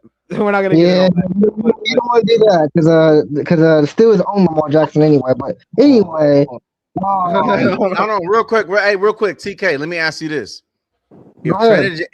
if Trinidad Chambers came out this year, or if let me not say Dante Moore, because I don't even think he would have been. Dante Moore wouldn't have been available at 8. Now, If Trinidad Chambers, bro, if Trinidad Chambers was available and he came out this year at the number 8 pick, would you take him? Hell no. Dude, I don't think you understand how drafts work, brother. When Chambers is coming out, he was projected a 3rd-round talent, brother, not first. So compared to a 3rd round, compared to who though? Who's came out the draft, right? Yeah, that's my point. And honestly, he's dumb for going back. Have you paid attention? Have you paid attention to the mock draft? He's actually dumb. He's actually dumb for going back to school because now this year was the best chance. This QB class is weak as fuck, and he's gonna go back to school to compete with Moore, Sellers, Arch Manning. Right. Now he's gonna be like what, the 7th or 8th quarterback on the board, when this year he could have came out and he's probably the 2nd or 3rd best on the board. Now they got him, bro. They got him number 3 right now. You know what I'm saying? Overall, coming out the draft, you know what I'm saying, for next year, bro. That you got to check out. And I agree with Jay Live. We're not talking about that, but my question is no. I'm asking. I'm saying y'all talking about Deontay Moore. No, not Dante Moore, because they wouldn't have. I was asking Jay Live if they had the number 8 overall pick. If they had the number 8 overall pick, and Trinidad Chambers from Ole Miss decided to go into the draft instead of going to court to get his 6-year eligibility, you know what I'm saying? Would the Saints would that be a good draft pick for a quarterback at number 8 if Trinidad Chambers was actually available? That was my question. Oh, for the Saints? Yeah. No. Like, bro. No. Well, because we got our quarterback already, bro. I'm telling you, like the whole organization, we're building. If you didn't, hold on. If you didn't have I'm talking about last year. That's what I meant. Before you got Shuck. Oh. If Trinidad Chambers came out, would y'all would have picked him over Shuck? Over time? I need to watch his tape. I need to watch his tape, bro. No, go check out Zam Sports. Go check out Zam Sports right now. I got a whole episode on Trinidad Chambers. What we talking about? Zan. Look, I gotta check him out. But hey, what I would say, bro, is that Shuck was hard. He was hard to beat. Like a lot of teams chose him, but almost every team said that Shuck had he interviewed well, and when they watched him throw that ball, it was impressive. Yeah, his arm, height, I would say just not the little clip of him doing the. And that's how they want to try to sell it. But bro, that was just one play of him just trying to show that he can throw from awkward angles, and it didn't go down. But look, after that play, he killed it. He killed it. Every play, the deep throws, he killed it. Hey, bro, said from awkward angles is crazy, bro. I mean, that's what he was doing. That's what he was doing. He was trying to show and look, because he wanted to show that's part of his game. Like he got that in him. Yeah. And it came up against in that Atlanta game that we played when he stepped up in that pocket and threw this crazy sidearm play into the end zone for a touchdown. It came out of no fucking where. Man, yeah. No, but he can't like Shuck. His arm is talented, bro. He can make every throw, just like Cam Ward can do some crazy shit, bro. Shuck got that in him. Ooh, but what Shuck got better than all those quarterbacks is accuracy and ball placement. So you think Shuck's accuracy is better than Shedeur Sanders? No, fucking right. No question. What the fuck? No, I can't say that. What? Hold on. So are we talking about at this point last year? Hey, numbers lie. Numbers don't lie. Numbers don't lie. Like Tyler Shuck, bro. Tyler Shuck had a higher completion percentage than Shador in college. I'm not arguing whether or not he had better numbers because he was on a better team and a better coaching staff. Talk about accuracy. I'm talking about accuracy and ball placement. You better check the tape. Why is it that all the receivers love Shador and love to play with him? Why you think, bro? They had look at this. They had Cornell Tate. They said, "Hey, bro, who you want to play with? What quarterback you like to play with in the NFL?" He said, "Man, shit, Pat Mahomes, Tyler Shuck, just like that." Wait, so that's just like that. Just like that. Does it have something to do with the fact that Shador is the quarterback of the Cleveland Browns? No, not at all. Not at all. I'm just saying, Shuck is obviously a better quarterback than Shador Sanders. Altogether, I would say yes, but Shador is still a great quarterback, and I just think he was really in a shitty situation last year. I think Shador is going to be a good quarterback, but I don't know. Shuck's special.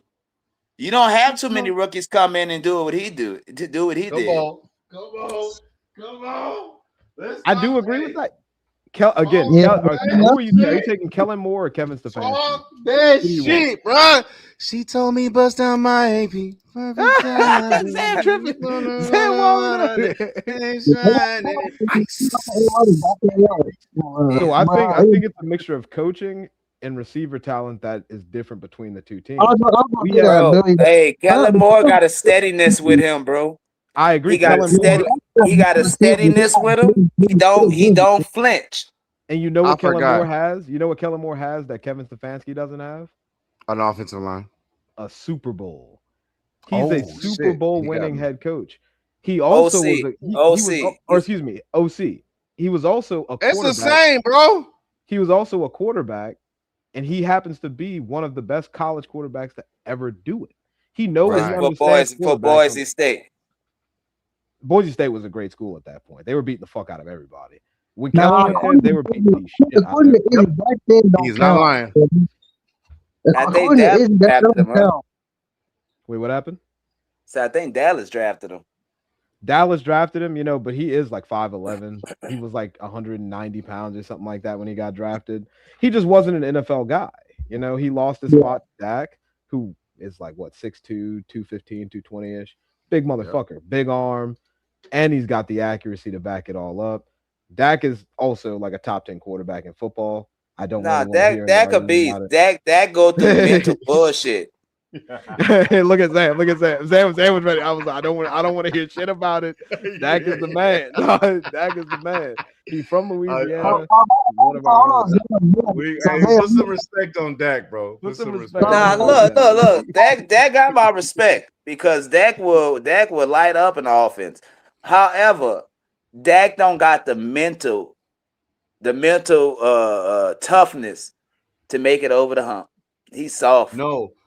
He got a softness with him, bro. Dak has just now got his. He didn't get his number one receiver until CeeDee Lamb, and when they got CeeDee Lamb, they still don't have an established. Not even number two or let alone slot receiver.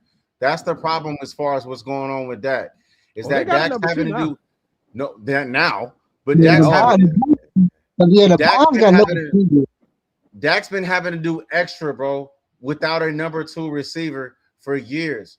And the offensive line of the Cowboys was still solid, but their running back picks have been trash as hell, bro. And that's been the difference. They haven't had a good, solid running back since Ezekiel Elliott. So with that being said, bro, you know what I'm saying? Y'all can say Tony Pollard, but he's trash. But I'm just going to be real, bro. Dak has been dealt a bad hand, but that's typical Cowboy shit. Hey, well, look, the Cowboys ain't been no bad team. I mean, shit, they don't win 13-3. This last season, bro, the Cowboys should have been won a Super Bowl, bro, over the past 5 years, bro. Their time is up. I agree. Yeah, I think they windowed on close too. You can blame that on Jerry. Jerry Jones. I'm not gonna say close because they still got their offense still is good. Bro, they lost Micah. But just the whole Jerry Jones needs to die, just like damn Mark Davis needs to die, so we can start fucking winning Super Bowls, bro. That's what's going on. until these niggas die, they're gonna make the playoffs. That's it, because they have an ego and they just want to do shit their way. Jerry Jones is still running that damn team like he was back in Arkansas, right? You know what I'm saying? In the 60s, bro. He's a trash owner, bro. Well, they need to die, bro. He is a bad owner in the sense that he is too involved with the team. As far as making money for the team, Jerry's one of the best to ever do it. Let's be honest. Like the Dallas Cowboys. Why? Because of just money talk. Okay, he just talking business and marketing. Yeah, money, marketing. Money, I agree. That's what I'm saying. Like I'm not saying as far as, because an owner's job is not to build a football team. An owner's job is to delegate responsibility between his GM, okay, his scouting department, who builds and his coach and his coaching staff, and they build the football team. Jerry Jones shouldn't be involved in any of the decision making when it comes to who's drafting players, but he is. Not so player that's why personnel. I say that you are right. You are right. Go ahead, J Live. No, I was just saying, not player personnel. He shouldn't be involved in anything like that. He need to let the football guys that he hire and pay all these millions to make those decisions. He just need to make sure that he's bringing in the right guys to make those decisions. Right, that's what I'm saying. He needs to delegate responsibility between those guys. He has an awful habit of coming in last minute during the draft with his picks, and that's bullshit in my opinion. And that's why Gail Benson is one of the best owners in football. She's not going to sit up there. I'm glad you said that, Billy, because that's the reason why McCarthy was out of there. Was Jerry Jones coaching the Cowboys when McCarthy was the coach, or was it actually McCarthy? Oh no, I think so. No, look, it was McCarthy, but they was meddling too much. Yeah, they was meddling too much in his business. McCarthy led them the 3 years in a row, 12 and 4 seasons, and Dak should have been. Who was the OC? Who was the OC during that time? Them. They shouldn't have got rid of him. No. Who was the OC during those 12 and 4 seasons? The offensive coordinator? Yeah, who was it? Kellen Moore. Kellen Moore. You go. Kellen Moore. That was Kellen Moore's offense being ran to perfection, and it damn near got him into where they needed to be. I'm not going to say that Mike McCarthy was making the game plans or anything like that, because let's be honest, he's not really known for his play calling acumen. He's more of like I draft a guy, I can develop him into being what a quarterback. You ain't got to convince us. You need to convince him of that, because everywhere he go, he want to play call. But he's a moron, so think about this though. Think about this. When Aaron Rodgers was partnered with Mike McCarthy, what particular stat was he leading the league in? Damn near every year. It's a tricky one. A lot of people forget. Completion? No, he was leading he was leading the league in completion for I think 1 or 2 years. But he was leading the league in audibles. Oh, checking out of his coach's play calls. Oh, now typically you'd see that and you'd see a team where it's like, okay, this is dysfunctional. They're not doing anything. These niggas were in the playoffs every year with Aaron Rodgers doing that shit, dude. Yeah. He was known for checking out a play, or just kind of throwing the ball out, or just throwing the ball out of bounds. Yeah, that's true. That's true. That's a great point. The damn play. On the damn play. Hey y'all, hey look, look, you know they was. Hold on, real quick, J Live, man. Hey, it's getting late. I gotta get off. You know what I'm saying? I ain't even lie. I haven't eaten all day, bro. I gotta eat. I'm not gonna lie. My shit sitting in the microwave. You ain't gotta go to the plantation, man. You good? Bro, first of all, bro, Joshua Levi, bro. I work. I'm off tomorrow. Bro, you know I work every other damn day. Y'all Saturdays and Sundays, nigga, I'm delivering packages for FedEx to you niggas. You know what I'm saying? Well, on Wednesday, man, back to the plantation you go. Dog, yeah, you niggas stop ordering all these big ass packages, bro. Mamas, bro. Niggas is tired of carrying that shit and delivering to y'all. You know what I'm saying? I'm by my lonesome. Y'all ain't trying to help, bro. Damn. So with that being said, bro, hey, shout out to Saints Izzy 6 for having me up on here live. I appreciate you. Billy D, Escape Goat, you know what I'm saying? TK Steelers Gang, who's already subscribed to my channel. J Live 504, bro. Hey, Billy the Scapegoat, J Live 504. Subscribe to my channel, bro, on Zam Sports, bro. You know what I'm saying? Let's talk shit. Yeah, Izzy be on there with me, bro, every single Monday and every single Monday and Thursday moving forward. at which will be 5:30. Shit, not 5:30. Yeah, about 5:30 or 5 o'clock my time, West Coast time.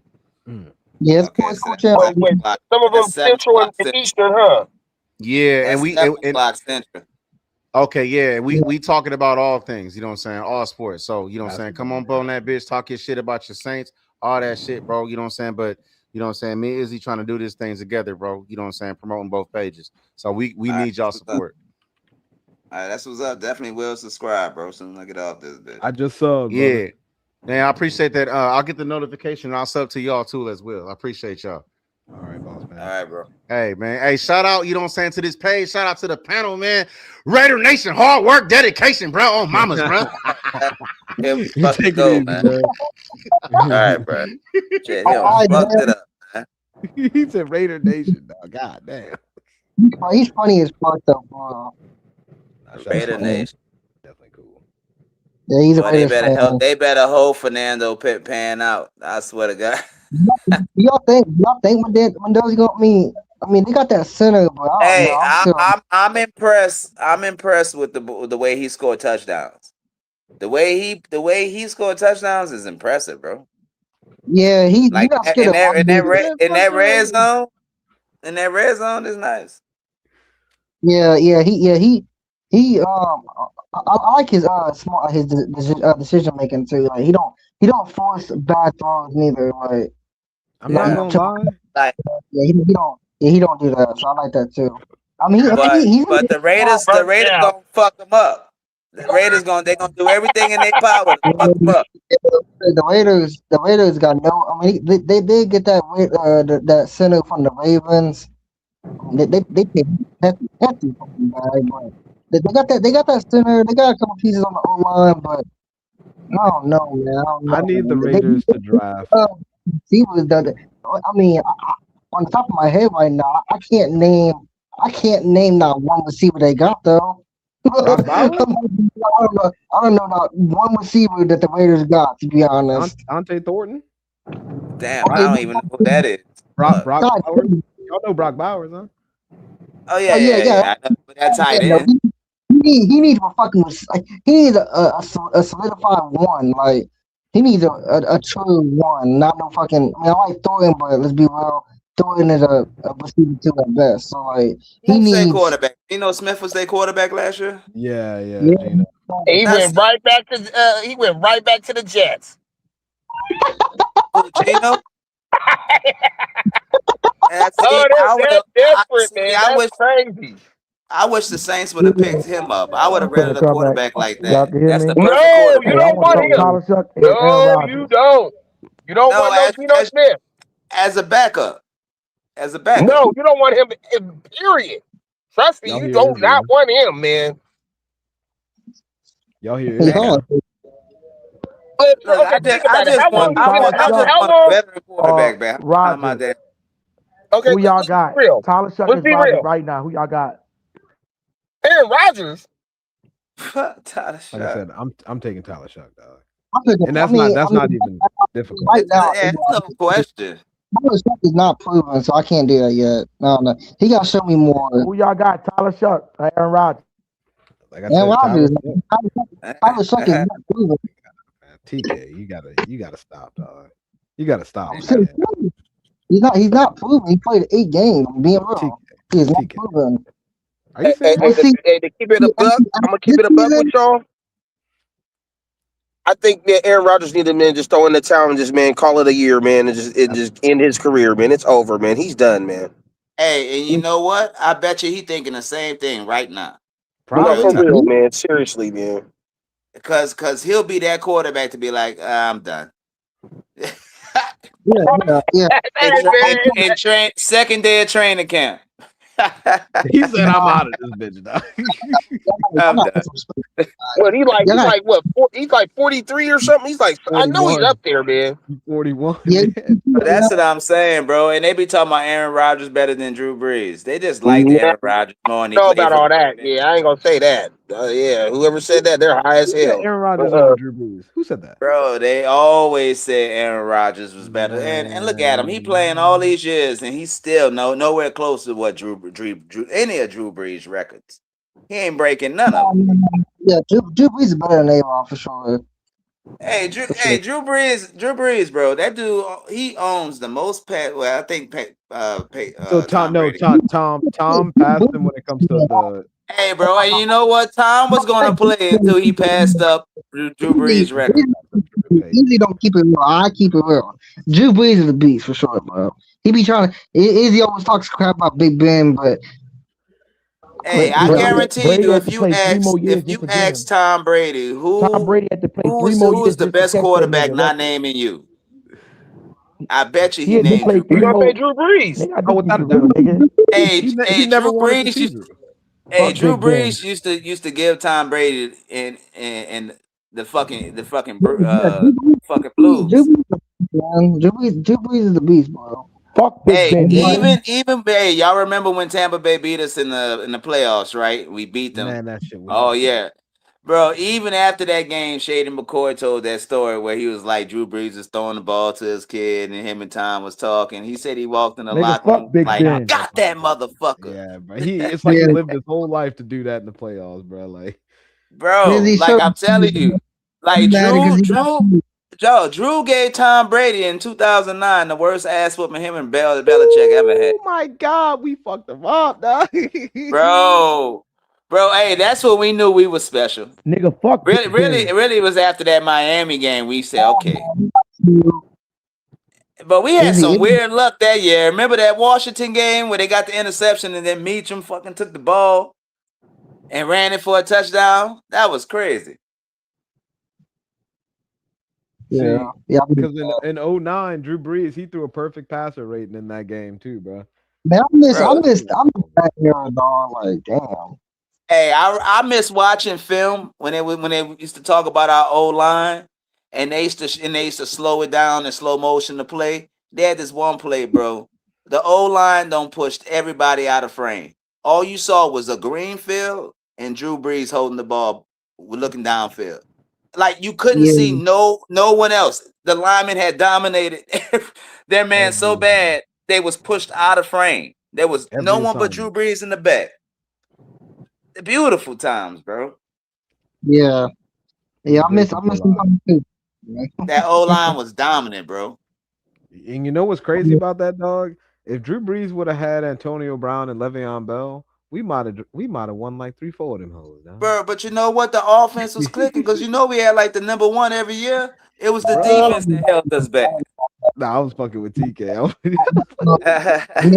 Okay. Yeah, maybe. Yeah, the NFC at that time wasn't as stacked as it was the AFC. So probably, maybe the AFC. I'm glad my boy, most underrated running back ever known was Pierre Thomas. Man. Fucking. Hey, TK, man, your boy AP, man, he's in some big shit right now, man. That's some nasty work going on him, man. Who? AB. What's up with him? Man, he's going through some trials, man, right now, man. Hey, man, he's done, bro. Yeah, so what he got his stuff into? I'm talking about Antonio Brown. That's what I'm talking about. Like, so what he did? Was some domestic violence? That nigga, man, he's locked up right now, bro. Oh shit, I ain't know. You didn't know? Yeah. Oh, you guys, you're burnt out. Hey, listen, you know, like that shit that happened, like like he had that shit on film. That saying that assault. Yeah, where he pulled the strap. Yeah, man. Yeah. And he shot. I think he shot at some people. I don't know if he hit him. Yeah, man, that dude, man, he's in. That's some nasty work, bro. It's ugly for him. I'm telling people that after that hit against Cincinnati, AB ain't been the same. Man, I'm telling you. I'm telling you, man. After that Burfict hit, after that playoff game when he went across the middle and he took that Burfict hit, he hasn't been the same. I'm telling you. Oh yeah, when he took his shit off. When he yeah. Hey, that dude, man, he's something else, man. Burfict folded it. But let's be real though, that's crazy. That 2010, that 2017 run though was I don't know, AB's. I don't know, man. He was generational though. That boy was sweet as fuck, man. That's what I'm saying. That hit that hit fucked him all up, man. AB was he was No, on pace to hey, be. it was Fast that too. money. Hey, Yeah, he was that on pace. He was on pace. money fucked him up. That money brought out the true That him. hit in the game fucked him up. After that hit, man, AB was never the same. I mean, but let's be real though. Before that hit, and the numbers that AB was putting up, though, he was gonna pass. He was gonna pass. He's gonna be top 3 for sure, bro. And like number 1, man.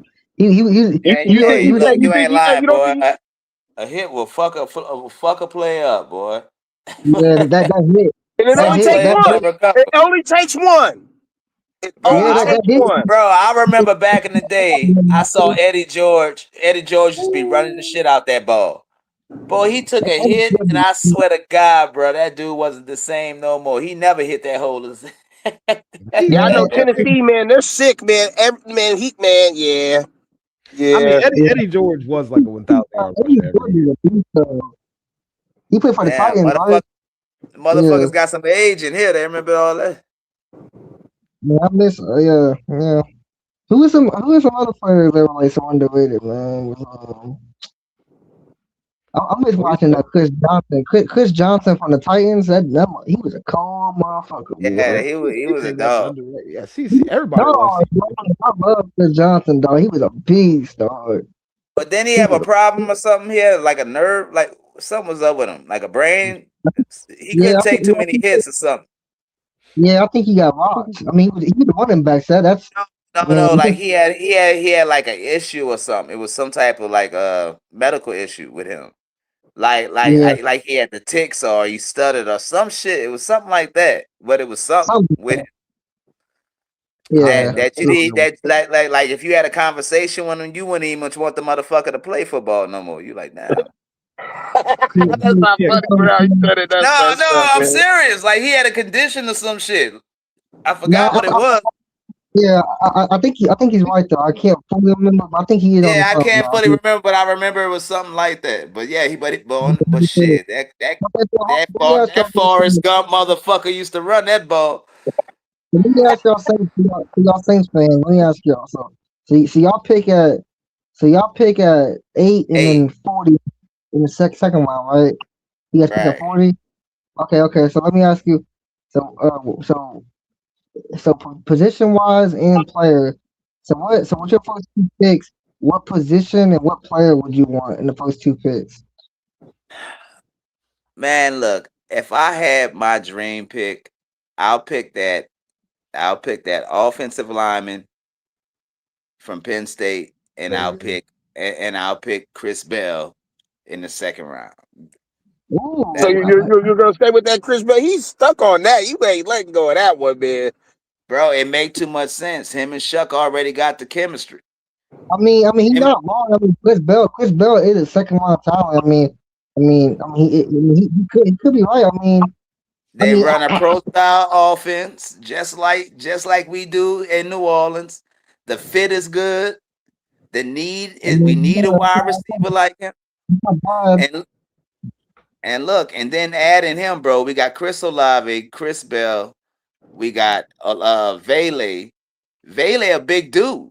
Vele like 6'4". So And look, Vele didn't drop a pass last Vele's year. 6'5", 215. He's big as shit. What about you, Billy? Yeah, bro. So that mean we got some big ass wide receivers. We got some nice weapons to throw to, bruh.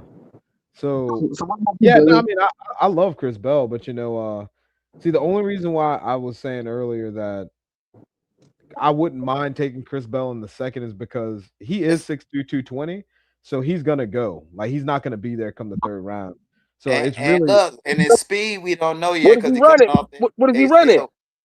he easily runs like a 4.4, but Bro, it's a 4.44. It's a 4.344, but it's something because like when you watch him play, he separates. he's fast as shit, dog. Like He he's not separates. no motherfucker, dog. He's a grown man, bro, But and his hands are strong. For me, it's more of a top 3 picks. I would say with the 8th pick, I've said it plenty of times. I want Caleb Downs. I think he's an amazing football player. But where you gonna put him? Anywhere. I mean, so like we just lost Alante, and we could easily, and also we do run that Brandon Staley like Fangio style defense. So that is predicated on having basically a feature safety at some point, a guy who you can bring into the box, playing coverage, go sideline to sideline, and the fact that he's do you think he can handle that nickel? absolutely.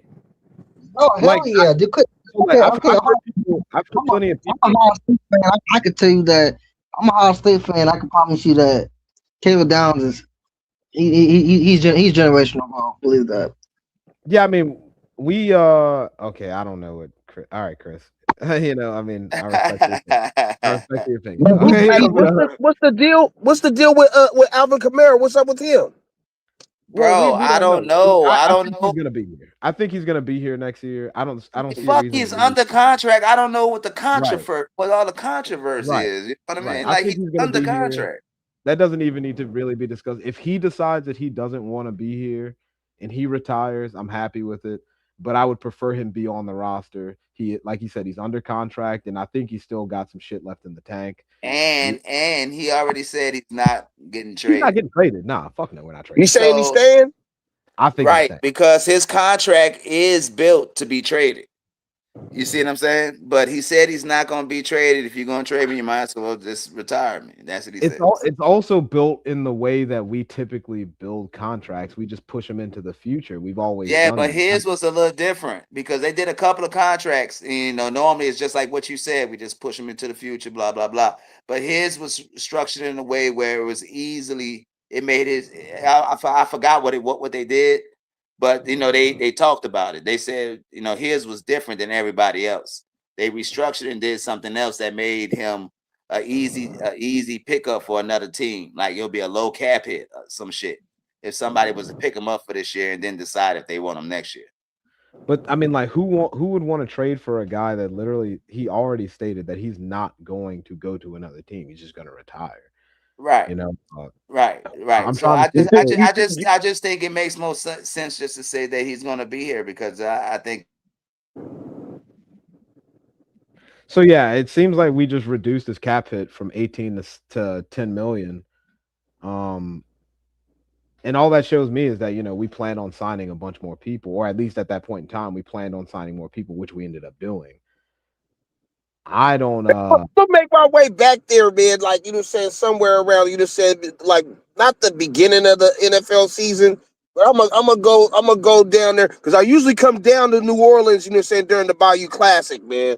You know, what I'm saying I go down there with my cousins. He'd be like, man, come on, man, come on down there with your boy. You know, make my way down there and go see the Battle of the Bands and the what's called with Southern and the Grambling. But I don't really, you know what I'm saying, do anything, you know what I'm saying, like down there, like, you know. Oh, actually, I went to one game. I went to one of those games. You guys lost, though. Damn, you guys lost. This is like back in 2012. This is in 2012. What, you came down here for? I came down there for I actually came down for like, it was like on it was like, you know, Thanksgiving weekend. And you guys played the following Sunday after that Saturday game, the Bayou Classic game, but you guys lost. You guys lost to the who was it? Matter of fact, it was to what's called, man, to Atlanta. You guys lost against Atlanta. Those are probably the dark days when we were just, you know, when we had a really great offense, but our defense couldn't do shit, couldn't hold a fucking bucket of water with two hands, let alone one. I think we were kind of shit back then, except for the offense. But I'm looking at Chris's comments right here because like he definitely does not like the idea of picking Caleb Downs at 8. And again, this is just my scenario. I'm not saying that this is what's gonna happen, but I will say that us having a Caleb Downs on the team that we can use at various places in the backfield, given his talent, given the talent that everyone's recognized, I don't see a problem with putting him on the depth chart at safety, especially like when I think he's better than Sanker. Not saying that Sanker's bad, but I think he is just better than Sanker. Okay, so Billy, let me ask you. I don't know too much about Saint Tyler, and I know like some shit, but like, okay, so let me ask you, like, since I'm a Ohio State fan, so I know a lot about Caleb Downs, but so let me ask you, so for pick 8, what is the most position that you think is a big need though for the Saints? Do you think it is safety? I don't think we have necessarily a biggest need, but a position that we do kind of need is nose tackle, considering we do run a 3-4. But I'm not saying that we should go and draft a fucking nose tackle at 8. I think that would be an incredibly stupid decision, especially in a draft where I think Caleb Banks might be one of the better nose tackles, and Caleb is going to fall to like the second or third round. I don't think he's going to get drafted in the first round at all.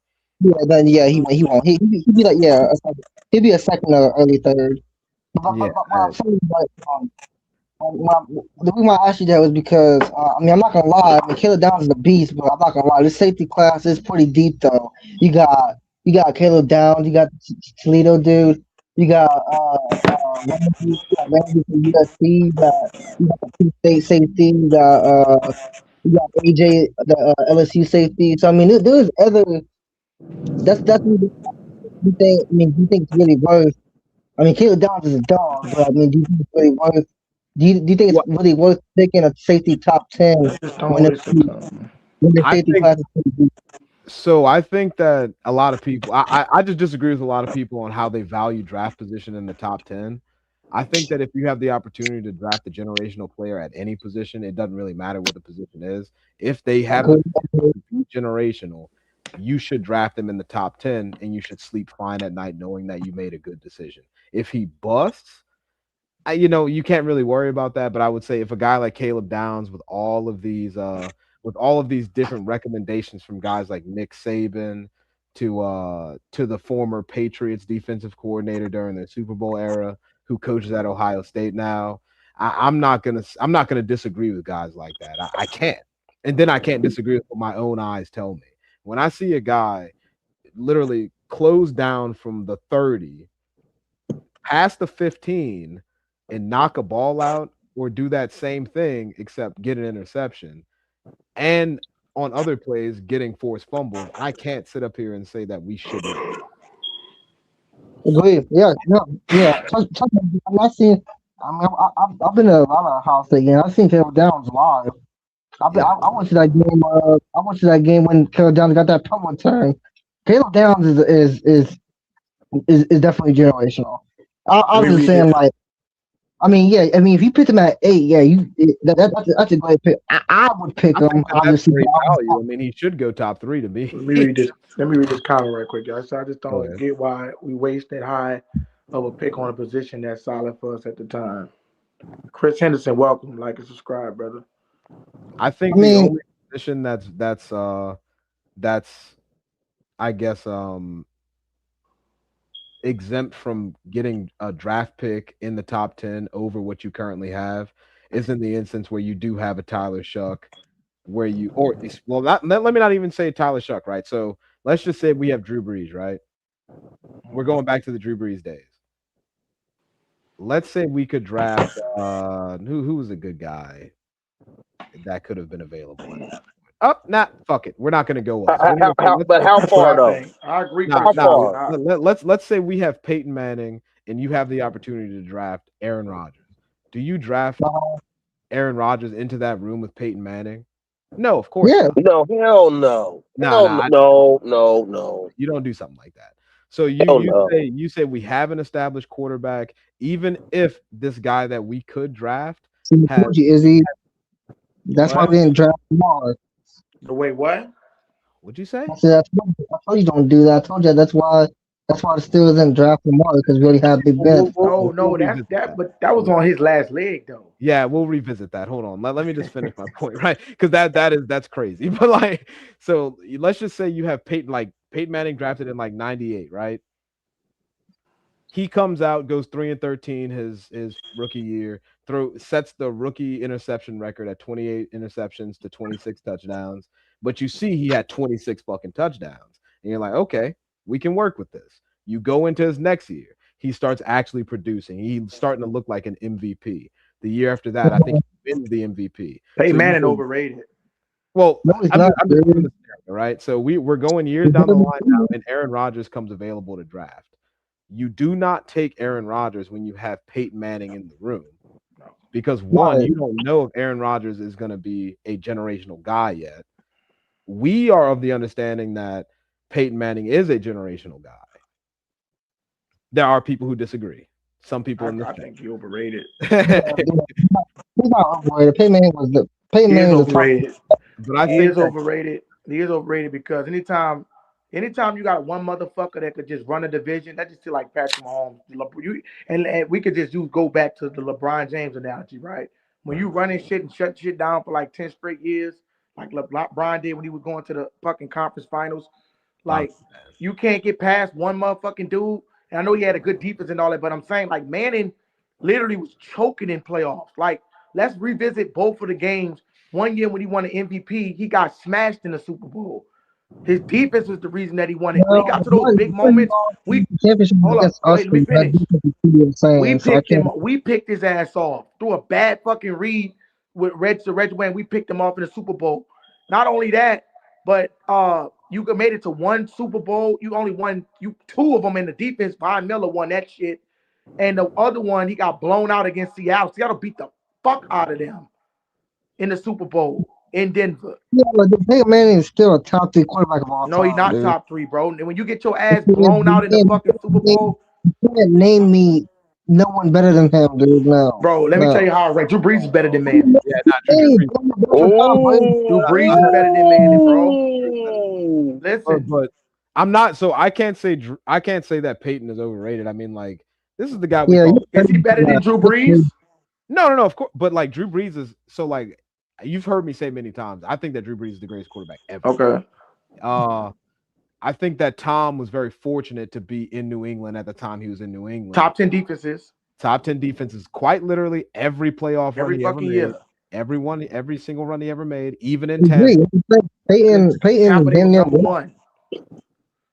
But hold on. Peyton had 1,000 yards just in the playoffs. Let me add to but he kept losing. Let me add to it, right? See, like I said, Seattle beat the fuck out of them 43-8. Like, dude, you couldn't do nothing. Right, and not even just that, Izzy. You know what I'm saying? They didn't even hit double digits. They didn't even hit double digits, bro. Like, that dude is so fucking overrated with those MVP. Let me tell y'all something about how this shit works, bro, with these MVPs. Let me fucking look at MVPs. Well, just somebody might have an off season or get injured or something that year. Somebody might have a good year that year, just like Matt Ryan. Matt Ryan won a fucking MVP. Is he better than Drew Brees? No. That's what I'm saying. Because somebody had a bad year. I'm not talking about the MVPs though. No, said Matt Ryan. But this is my case. In the playoffs, right? Drew Brees has never got blown out ever. No, of course not. Never. Like the time that we lost Tyrone Keaton, we lost on bad defense. 49ers game, bad defense. That doesn't matter though. You know what they're going to say though is they're going to say that Peyton has a better record than him. I don't give a fuck what they gonna say because I don't fuck with the media. Man, Peyton Manning, man, you want me to keep it 100 with you though? Okay. I'm gonna keep it 100 about Peyton. I'm not saying I'm not taking nothing away from him, but man, on some real shit, Peyton Manning, man, he had a lot of. What's the boy's name from when he played for goddamn it for his main wide receiver Reggie for Wayne and Marvin Harrison. Reggie Wayne. And Dallas Clark. That motherfucker was filthy, man. Marvin Harrison was filthy, Dallas man. Clark. Hold on. Let's get it straight. I'm not at all. We can't do that though because every elite quarterback. Drew Brees never had elite except for Michael Thomas. Hold on. Let me get my shit off right quick. Okay, so go ahead. Let me get off. Wait, before you get your shit off, let me answer this quick question. We're gonna come back to your question. Say why not pair a young star? We're gonna get to that. And we're gonna get to that. We are gonna get to question. That. Chris Henderson. I saw him posted. But get your shit off, and I want a rebuttal to it. Then we give it to TK. So on Peyton Manning, Peyton had playoff run, not his whole playoff tenure, but he had playoff runs similar to like let's just say we were talking about Braun, right? Braun was always in the playoffs, always going to the finals, right? Didn't finish it. He got two Super Bowls out of all. But I'm saying Peyton, he was in the playoffs a lot of years. Yeah, because his team. He has a playoff run where he was over 1,000 yards just in those games. Yeah, and then what happened? And he couldn't complete the. I'm not. Well, so in the particular season where he was over 1,000 yards, he did win the Super Bowl that year. What, the Bears? That was in 2006. Okay, that's fine. That's 1 year. That's 1 year. But I'm talking about The years when he goes there, he gets either he gets knocked out by Brady almost every time. But no, that one, hey, no, that don't. You can't really say that because I'm gonna be real with you. That was the deflate game, my nigga. You can't really say that, man, because we were really supposed to play them. We were supposed to play the Colts. Okay, but we were supposed to play. But that's fine. Even if you make that narrative, right? When they get to the Super Bowl, his passer rating is horrible. He only had one good Super Bowl. Literally, when he played Denver, when Seattle blasted him, I think that had to be his MVP season. One of them was an MVP season. I think it was the one when he lost to Carolina. But it was defense that carried him. He lost one, and then we beat the fuck out. That one he played okay with us, but you make a bad read and you only have 17 points, you get picked off. Like I can't excuse that shit. So are you saying that he's overrated in the sense that? Yes, he's overrated. No, hold on. Are you saying that he's overrated in the sense that a lot of people think he's the greatest quarterback ever? No, a lot of people when you go to saying shit like this is what I have a problem with when it comes down to the Drew Brees thing. Drew Brees, when you get like Drew Brees has never had, but outside of Michael Thomas, a premium receiver at that. And then even in the season that Drew Brees had it, what happened those 3 straight years? Michael Thomas was injured.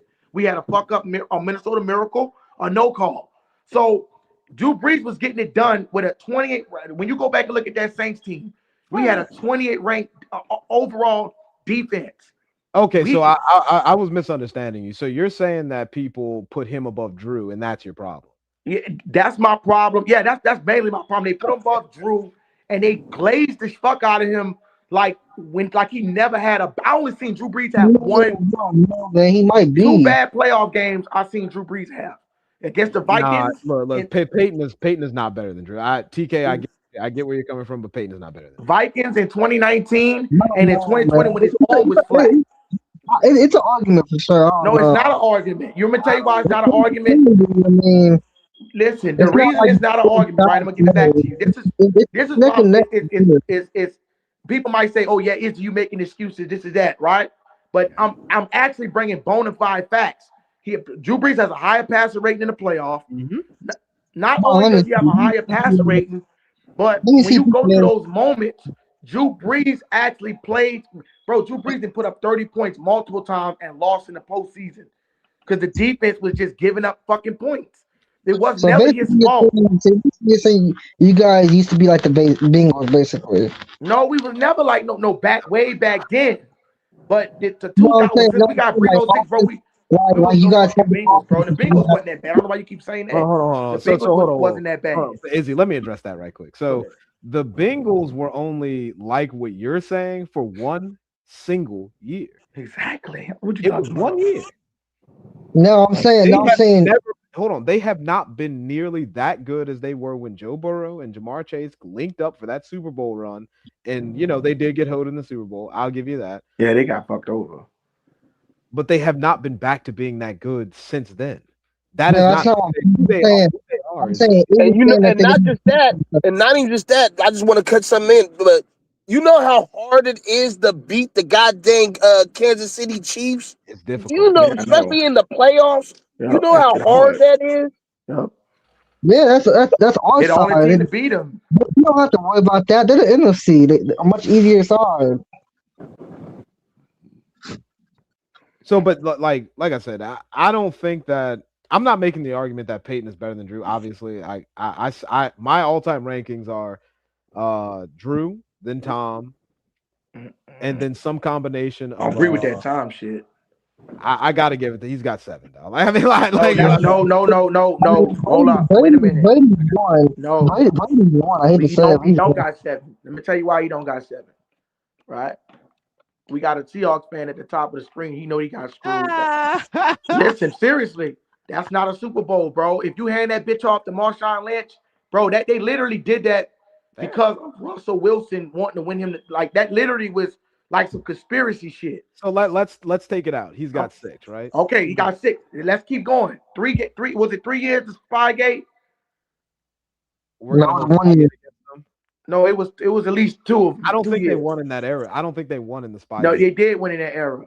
Did they win one? No, they Yeah, they didn't. won like 2 of them. Really? No, they didn't. Yes, they did. I don't think they won in that era. I don't Okay. think so. Do y'all know? Hold up. And I know this game very well. Do anybody know how many yards Tom Brady threw for in that divisional round against Tampa? 199. Yeah, I was about to say, like, 199. 199. And guess what Tampa Bay? Guess who had the number 1 defense that year? Bucks.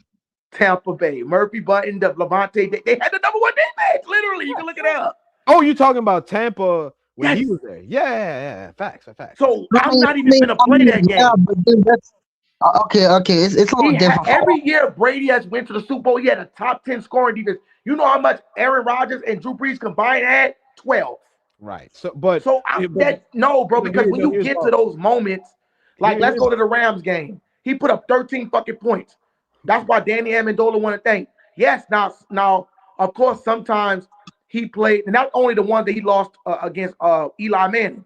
Now, of course, Tom Brady does play decent in certain games. I'm not gonna take that away from him, but he can stay in the fucking game because of his fucking defense. If he had bad defenses where he was getting blown out, he wouldn't come back. So yeah, but I hate to argue with you because bro, I mean, that's called a good GM, brother. But that don't got nothing to do with Brady. It Okay, don't matter. When you got a franchise quarterback, what are you going to do? Just give them all offensive players and understand that. DK, I'm not arguing with that. You're right. They do got a GM, but that still doesn't take away from the fact that he was gifted that great ass defense. Sure, yeah. Where they couldn't fucking loot. Where literally nobody was stumping the Patriots, just running over the Patriots. That's why I hate when people say that about Big Ben. Well, the thing is, we drafted Troy Polamalu. We drafted Lamar Woodley. We drafted Lawrence Timmons. We drafted Blake. So like all when people try to take away quarterbacks' wings because they got good defenses, that's. But y'all did y'all did hold the card. Though. Are we in agreement there? You said what? Y'all did hold the card. Are we in agreement with that? Did what? No, I'm saying like when quarterback, like when they say like the franchise quarterbacks, when they say like with defenses, like I understand what you're saying, but I mean that's well, here's why I don't have a problem with the argument. Because I just don't like the argument because I mean a Super Bowl team to be a Super Bowl team, you gotta have a good offense and a good defense. You do, but that still don't take credit away from it. Yeah, that does. No. I'm gonna put it like this. Hold on, I'm gonna give you a good example. And I gotta go get my food to let y'all be on here. One quick example, right? If Big Ben, right? Because it was certain years that, let's say that Jaguars game, right? I know he threw a few pick six, but Big Ben put up 45 points, right? Against Jacksonville, y'all put up 45. That's when our defense started going downhill. But I'm saying y'all put up 45, right? Yeah. So that was enough points to win. Yet, if you take away the shitty defense, y'all go to the Super Bowl. Yeah, I agree, but I'm saying, but that's not what I'm saying. But I'm saying when you say about Tom Brady's top defenses in the NFL, that's it matters. It matters though, because it stops motherfuckers from going to the Super Bowl. Stop right now, dude. If Drew Brees had a top number one defense and a good offense, and you guys won a Super Bowl, you wouldn't be saying this right now. No, we would have won multiple Super Bowl. No, the thing about it is, even if we did have that conversation, I would have to acknowledge that he had good defenses. You have to acknowledge the fact that when you're Big Ben and them not advancing against the Jaguars was because y'all defense was fucking shitty. That's what you have to say. Now you give Big Ben that Troy Polamalu, Larry Foote, and Ryan Shazier and all these motherfuckers, then y'all advance. You shut down Blake fucking garbage ass Bortles. Yes, I know that. I'm saying, TK, here's the thing though. All right, I gotta get my food, man. TK, you are right. Like if Drew had good defenses, we wouldn't be here talking about it. But we wouldn't be here talking about it because at that point the playing field is level. Exactly. That's what Izzy's not getting what I'm saying. But the rankings right now are predicated on guys who had genuine complete teams and really great GM work. And Yeah, that's what I'm trying to explain to him. Like, that has nothing to do with Tom. I mean, honestly, and Tom Brady, I hate to say it, but he played it smart. He would take a fucking pay cut just so his defense was better. That's called being smart. Like I said, I'm not personally holding it against Tom. I'm not gonna put, if we're talking about sheer ability and ability alone, which can be tracked, it's tracked statistically. We can see the ability of these guys are not the same. Yeah, we have a guy who threw for 5,000 yards out of pure necessity. Out of pure necessity, not to pad his stats, not to look good to the media, but simply because he had to do it to win any games. Yeah, I know. Throwing those yards, we lose every fucking game. And that's what I mean when I say I'm putting him above Tom, just off of the simple fact that he did what he had to do to win in general. Not to say that Tom didn't do what he had to do, but Tom had to do considerably less to win games. Yeah, he did. Because he had the greatest defensive coach to ever live. The thing that put me on Brady with Breeze is though Brady was more clutcher though. I don't know about that, dude. He come on now, man. I noticed. So all of the heartbreaking moments in Saints history have to do with when Drew is on the sidelines after we think the game is over with. Some bullshit. Yeah, that Stephon Diggs play that one. I definitely give anytime when Izzy brings these up, I always give him that. I'm not even gonna throw in the Minnesota Miracle because obviously Drew was on the field, but I mean obviously Drew wasn't on the field. But I'm not including LA Rams one because Drew was on the field. Yeah, that was a flag though. I'll definitely do that one. That's still probably one of the worst calls that didn't get called ever. Drew called game about as much as Tom did. We're undefeated against Tom Brady. Yeah, I know that. I'm talking about like pure like. Breeze has only been to one ball though. You're right. Hey, look. I'm not holding that against Tom. He's like I said, he's got those. He's got the 7 rings. I'm not taking anything away from him. The guy was a great quarterback. I do agree with you though. I on good conscience can't put him. If we're talking about talent, I'm definitely saying Drew Brees. I think if we're talking about talent, I think Big Ben is better quarterback than Tom Brady. Well, what up, Jeremiah? But when we're talking about accomplishments and things like that, you got to put Tom at 1. When we're talking about overall greatness, a guy that was on some of the greatest teams ever and led them to Super Bowls. Yeah, of course. Tom, number 1 overall. But Drew, we can talk about things that Drew has over Tom. Yeah, Drew was that man. Like, honestly, the Chargers are stupid as fuck. The way I look at it is that people are tired of us talking about Drew with his 5K seasons the same way we're tired of people bringing up Tom Brady's rings. The one season where Tom Brady was genuinely prolific in the pass game, they lost to the Giants that year. Eli, I think that was the second time. Was that the first or the second time they lost? Yeah, but I'm not gonna lie. The Giants got so lucky with that helmet catch, though. That's a 1 in a million type catch. It happened. It's just like the Minnesota Miracle. It happened. It's just one of the. It does. It does. Yeah. So same thing. Y'all can say. I mean, that play happens. Like if they line that up 10 times in a row, I bet you that safety tackles him 9 times. Like that those type of plays are 1 in a miracle. But like, I don't know, man. I hate Tom Brady, man. I respect him like for what he's done. Like y'all can't take it away from him, but I respect him. I respect. Yeah, I respect him. I can't. I can't say that. Fingers, so man. And honestly, I wouldn't even argue with anybody. That's why I hate. We had to go. That's what I'm saying with the AFC. I mean, to be honest, the AFC. I mean, the AFC has been harder than the NFC. Man, we had Brady. for a minute. Yeah. I mean, for a long time. I mean, last 20 years, I would say the AFC's been better than the NFC. Like, Fact. most rings have been AFC than NFC. That's trust me. That's I mean, I was so happy Tom Brady to leave, yet just to get another Tom Brady and Patrick Mahomes. Like AFC can never catch a break. AFC can never have an easy side, bro. I would live to be on the NFC side right now, bro. I wish I wish it was the NFC side, bro. God damn. Dude, this shit gets annoying as fuck. I mean, we come.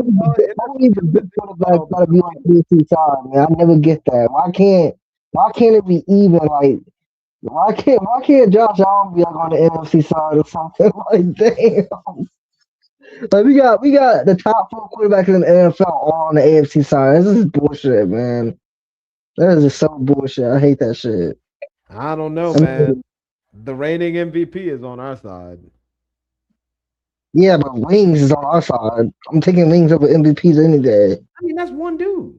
That's Pat Mahomes. No, Patrick. Yeah, but he's won most ever since Brady left. I mean, Patrick Mahomes has what? So Brady retired what 5 years ago, and Patrick Mahomes has 3 of them. Yeah, but I'm saying like definitely. It's the same shit's happening. I mean, we're talking about competition though, and from where I sit, like we have. Dude, you have no quarterbacks. Dude, the AFC has a top 4 quarterbacks in the NFL all on the same side. You got no comparison about it. I don't know about that. Like I said, the reigning MVP. Wait, hold on, wait. So Joe Burrow, we're including Joe Burrow. Patrick Mahomes, they're better than any quarterback on that side, brother. I mean, who the hell y'all got on y'all side that's elite? Goff, Brock Purdy. Goff is washed. Goff is not that great anymore. Stafford, yeah, I'll give you Stafford, but Stafford and who else? Sam Darnold, Brock Purdy. Sam Darnold was a game managing quarterback that with I don't know. Sam Darnold had a damn good year this past year. Yeah, one season. Like he won the Super Bowl this past season, so we have actually great roster though. It's not like Sam Darnold carried that team. Come on now. Yeah, we're not saying he carried the team, but like that's the problem. So Joe Burrow, he's been hurt the last 2 years, so I'm not even going to include him in that top conversation. A lot of people give Joe Burrow a lot of credit that he really doesn't deserve right now, and that's coming from an LSU fan. I love Joe. We're talking about top quarterbacks in the NFL, and Joe Burrow's top 3. So yeah, you got to put him in there. Wow. When was the last time he was in the playoffs? 2 years ago. 2 years ago. Yeah. What about y'all? When's the last time? When was the last time Matt Stafford was in the playoffs? He's been in the playoffs every year. That's what I'm saying. Like you guys won one. I mean, Stafford and Darnold won one, and then Mahomes won the other. It's like, but still, even then, like that's what I'm saying. We have 2 quarterbacks compared to y'all's 1 quarterback that have won the last few Super Bowls. Yeah, I don't think it's some type of like AFC is so much better because of these big names. When the playoffs start, I think AFC always gets more talked about, like the better game because it's better QB play.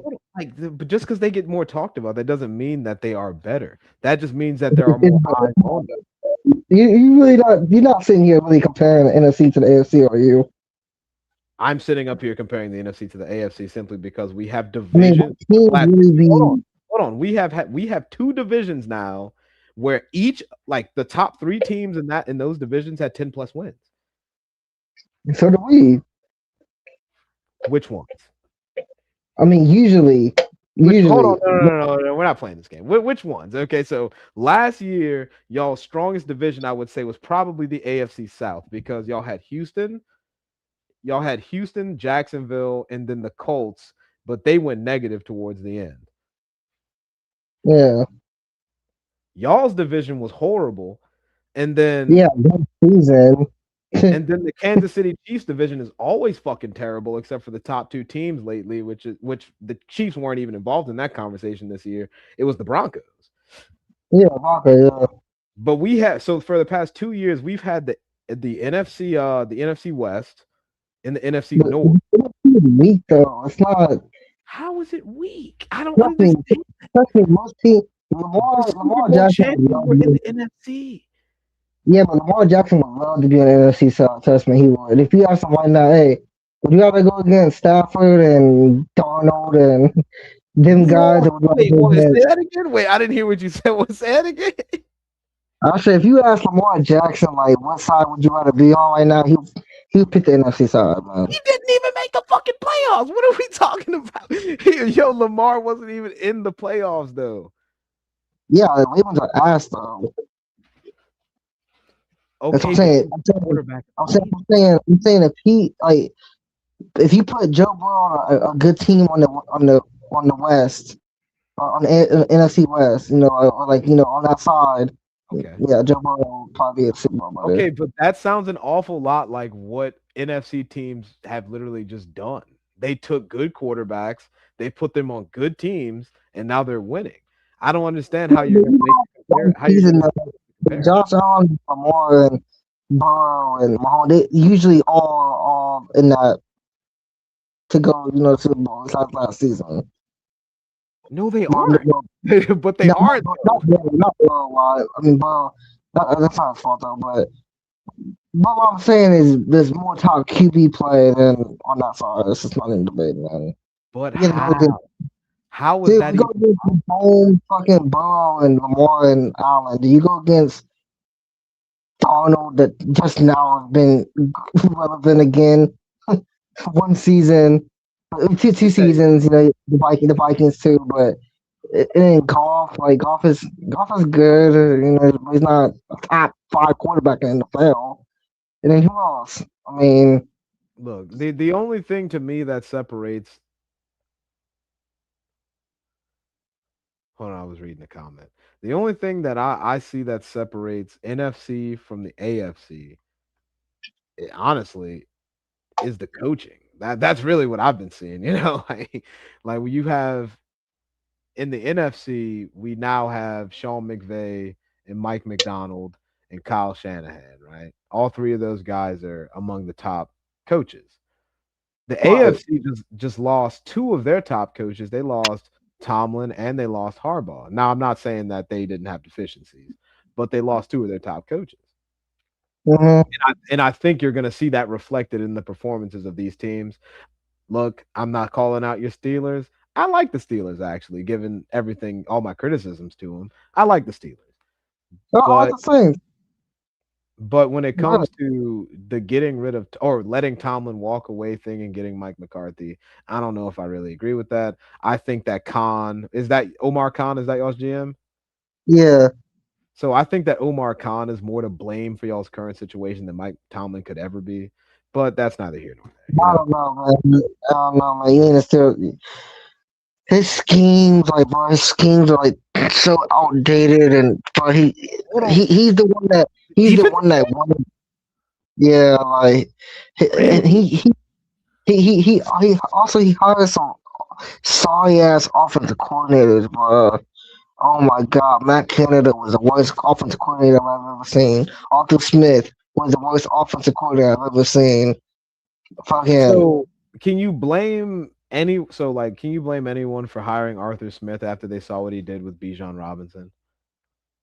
Yes, bro. The Steelers are not the Atlanta Falcons, bro. 2 different fucking offenses. No, I agree, but I'm saying that would be like me saying that the Saints are not the Eagles, so we shouldn't hire Kellen Moore. Obviously, we're not the same teams, but if you can look at what a coach did on a different team, you can infer. Yeah, but what their performance. I get what you're saying on that part, but bro, I promise you to the shit that you would see, bro, you would bro,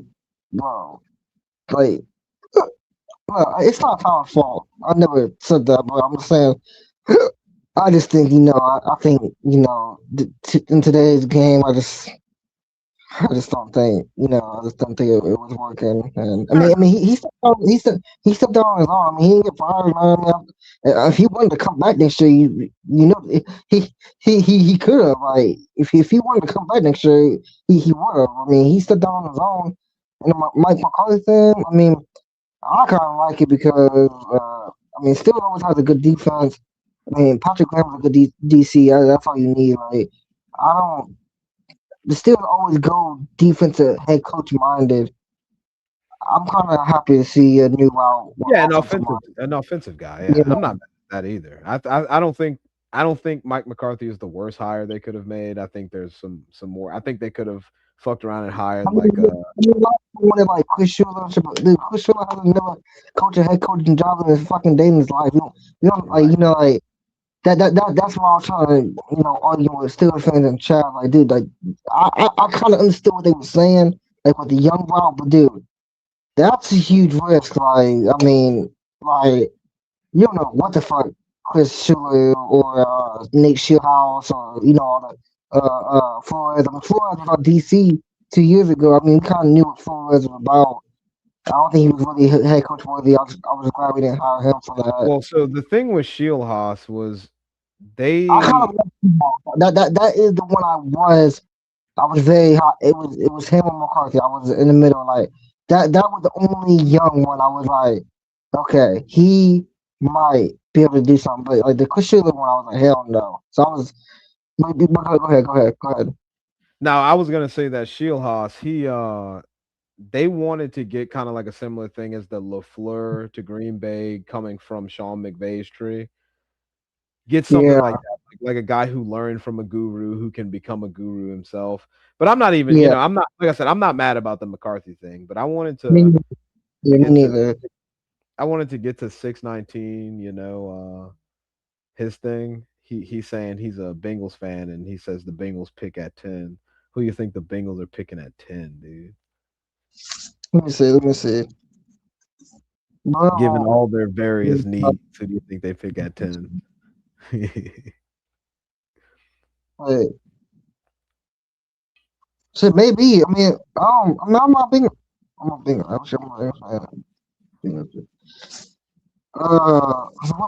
was last time? Because they went to Super Bowl 21, lost to the Rams. 2023? Is that when they lost to the Chiefs that year? Right? Who? The Bengals? Right? I think that was like 21. I think it was like 21 or 20. Yeah, 21. Was that? No, I know that's when they beat the Chiefs. I'm talking about when they went again and it was a rematch. That was 2023, right? In the playoffs? Yeah. I don't know. Didn't Burrow play Mahomes twice? I could be tweaking. I'm not, like I said, I mean, I'm still fan. I kind of should know that it's my division, but I can't remember that. I don't know. But maybe I am tweaking. But anyway, I don't give a fuck about the Bengals. But I'm saying, what I was just trying to say was like, AFC is definitely more QB heavy. I'm just tired of it, man. Most of those. Yeah, it was 22. 22. Yeah, 22. I knew it was 22 or 23, something like that. Okay, that's the last time it was the playoffs. That was 2022. I don't know, man. I don't know what's your expectation for the Saints this year, man. Like being realistic, bro. I mean, Izzy B, I love Izzy to death, but I love Izzy to death. But that boy is not realistic. Like I'm not even talking shit. Like I'm not even trying to talk shit. I'm just being honest. Like. Yeah, I mean, you got to see. You have to kind of watch the NFC South to kind of see where next year is going to go. But if you look at the Vegas odds, which are pretty accurate, they have a lot of money invested in keeping these odds correct. The two favorites to win the South would be the Saints and the Bucks. So I agree with that. So the people earlier before you go on there, they wasn't even let me talk because I understood it's a rival, so we was talking about the Bucks, they was getting mad, but I was just trying to say they said they lost they lost Mike Evans. I'm like, dude, they pick at 15. They could easily pick Jordan Tyson at 15 and everybody be quiet. the way I look at it is, remember when the Steelers, or not the Steelers, remember when the Seahawks traded DK Metcalf to the Steelers? Yeah. Who did they have waiting in the wings? They Uh, had J- JSN, yeah. JSN. So I think it's Right. kind of going to be a similar situation because Emeka Ibuka is an animal. That's what He's they, an yeah, that's what they wasn't even. That's what I'm saying. Like, I was trying to explain that to him. I was like, dude, they don't need to draft a receiver at 15. They can, but they don't need to. They got to. They got Chris Godwin and Ibuka. Like, I was trying to explain that to them, but they was not listening. Like, Yeah, I mean, they don't necessarily need to draft her, especially at 15. They could wait until the second, third round. They can grab Yeah. like Ted. I would say they should grab Ted. So bad, goddamn, dude. You like Ted? Hell yeah, man. Give me him in the third round, dog. Oh my god, dude, Ted Hurts, he remind me of GPs too, dog. Yeah, it'd be nice to get another GP back. I mean, I miss GP. I mean, when we got DK, I was smiling in the ear when I thought we had DK and GP on the same field, man. I was so pissed off, man. I was pissed. Yeah, I saw that shit too. When they got rid of George and sent him to Dallas, I was mad. So pissed, man. I was so mad, man. That is when I started questioning Omar for sure. But Omar is done good. He's drafted very well. He's okay. The only thing I knock on, two things I knock on Omar is last 2 years we never had a receiver two, and then like I said, and then we had two. We had GP and DK, and that lasted like a fucking month, and then we traded him. So I kind of that's my two things really. I mean, Omar has done fine for. I mean, he's really good with the cap. You know, he drafts well. The GP trade, and then and I would say like even when we had GP, like he didn't give GP like a good partner like to like GP got triple teamed and shit. Like he didn't give him another receiver like to open him up and stuff. So, I mean, in my opinion, we failed GP. In my opinion, that's kind of why like now when I'm thinking about it, like I'm kind of happy that GP got out of there. Like it sucked as a Steelers fan. Like it pissed me off, but then like after watching him this year, I'm happy for him. Like I'm happy that he has Dak and that he has a good offensive coordinator and he has a CD, and I'm happy for GP. I'm a huge GP fan. I think GP is, he's one of man, and I'm happy for him. Though. But at that time, yeah, I was pretty pissed off. Like I mean, shit. I mean, I was thinking, I knew AY was coming. I thought AY was gonna be throwing a DK and GP. I mean, shit. I mean, who knows? I think they both thought they were going to be. I think Aaron thought he was going to be throwing the GP. Yeah, yeah. I mean, we went 2-7 and won the division with DK and a bunch of receiver fours. I mean, imagine if we did have GP last year. I think we could have. I'm not gonna say beat Texans, but I think we could have got rid of them. Though. I mean, it was 7-6 in that fourth quarter, and then that's when. Honestly, I think y'all could have beat the Texans. Everything changes. Everything changes when you put two dope ass receivers on the field. Quite literally, the entire offense changes. Y'all's defense was good enough to stop CJ. He's ass. I'm out on CJ. He had 5 turnovers by the third quarter. Right. Like, well, that's what I'm saying. We could have easily won that game, but no excuses, man. Like I said, like earlier, like you get what I was trying to say, like about the Ty Simpson and the next year's draft. Like in my opinion, I do want. Yeah, it does suck. Yeah, we got to bank on a 43-year-old quarterback at 42, but honestly, right now, like it's it's our best option. And two, like yeah, no offense. I mean, I understand what he was trying to say, like a young quarterback, but yeah, I'm not taking a risk, dog. Like I don't think he was trying to get what I was trying to say. Like yeah, I've seen us take a quarterback in the top 20, and he didn't last more than 2 years. I'm not sure on Ty Simpson's. I'm not saying he can't be a franchise quarterback, but I don't know if he is. Like, I don't know if that's a big risk. So y'all drafted Kenny Pickett, who has the smallest hands ever recorded. I knew Kenny was ass. I was screaming. Trust me, that was broke my TV when we did that shit, dude. I was so pissed off. And I knew it. I knew it before he took a snap. I watched his college tape. I knew he was ass. Yeah, he wasn't getting cut. Yeah, I knew he was ass, and I was so pissed off. That's why I was trying to explain earlier, Billy. That Ty Simpson is miles ahead of Kenny. I'm not saying that. I'm not saying Ty Simpson is Kenny 2.0. I'm not saying that. I'm just saying that I just don't think.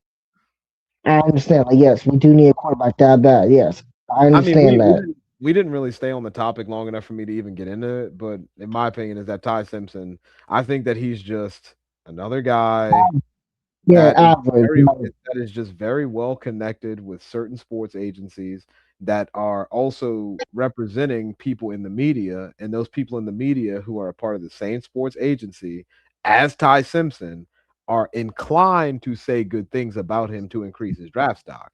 Do I think that? Thank you. That's what I'm saying. He is not talent. Like that's what I'm trying to say. Like with that Shameless comment, same thing. Like, yeah, that's what I was trying to explain to Zam. Was like, dude, I'm like, dude, Shameless kind of fucks himself a little bit. Like, if he would have came out of this draft class, Shameless probably would have got picked second over Ty Simpson. If I'm being honest, now that he went back to school. Who knows? He could have a shit ass season, even if he does ball out, which I expect him to. I do. But what I'm saying is, first of all, you went to college for 6 years. That looks terrible. Second, no, not necessarily. It does in coach's eyes, though. Like, I don't know. Like here's the thing with what you just said, though. We took a guy that was in college for like 6 years. Yeah, our coaching staff really believed in him, and that's why they took him over Shedeur. I mean, yeah, okay. So I think it's the other way around. I think the media. I don't think it looks good to the media when you see a guy spend that long in college. But the more snaps you have in certain systems, the better for a lot of coaches. Like, yeah, but the thing is though is that, no offense, but that Tyler draft class was weak too, though. The last 2 years, the draft class has been weak. I mean, people said we was picking Sanders at 21. I knew they was full of shit, and he went 5th round. So, like, I mean, that's why I don't see Tom Simpson a 1st round talent. That's why let's be honest. Almost every quarterback draft class is weak. It just depends on how the media wants to spin it. If you really want to get into it, we can talk about one of the strongest draft classes ever, which is what, 2019? Mm-hmm.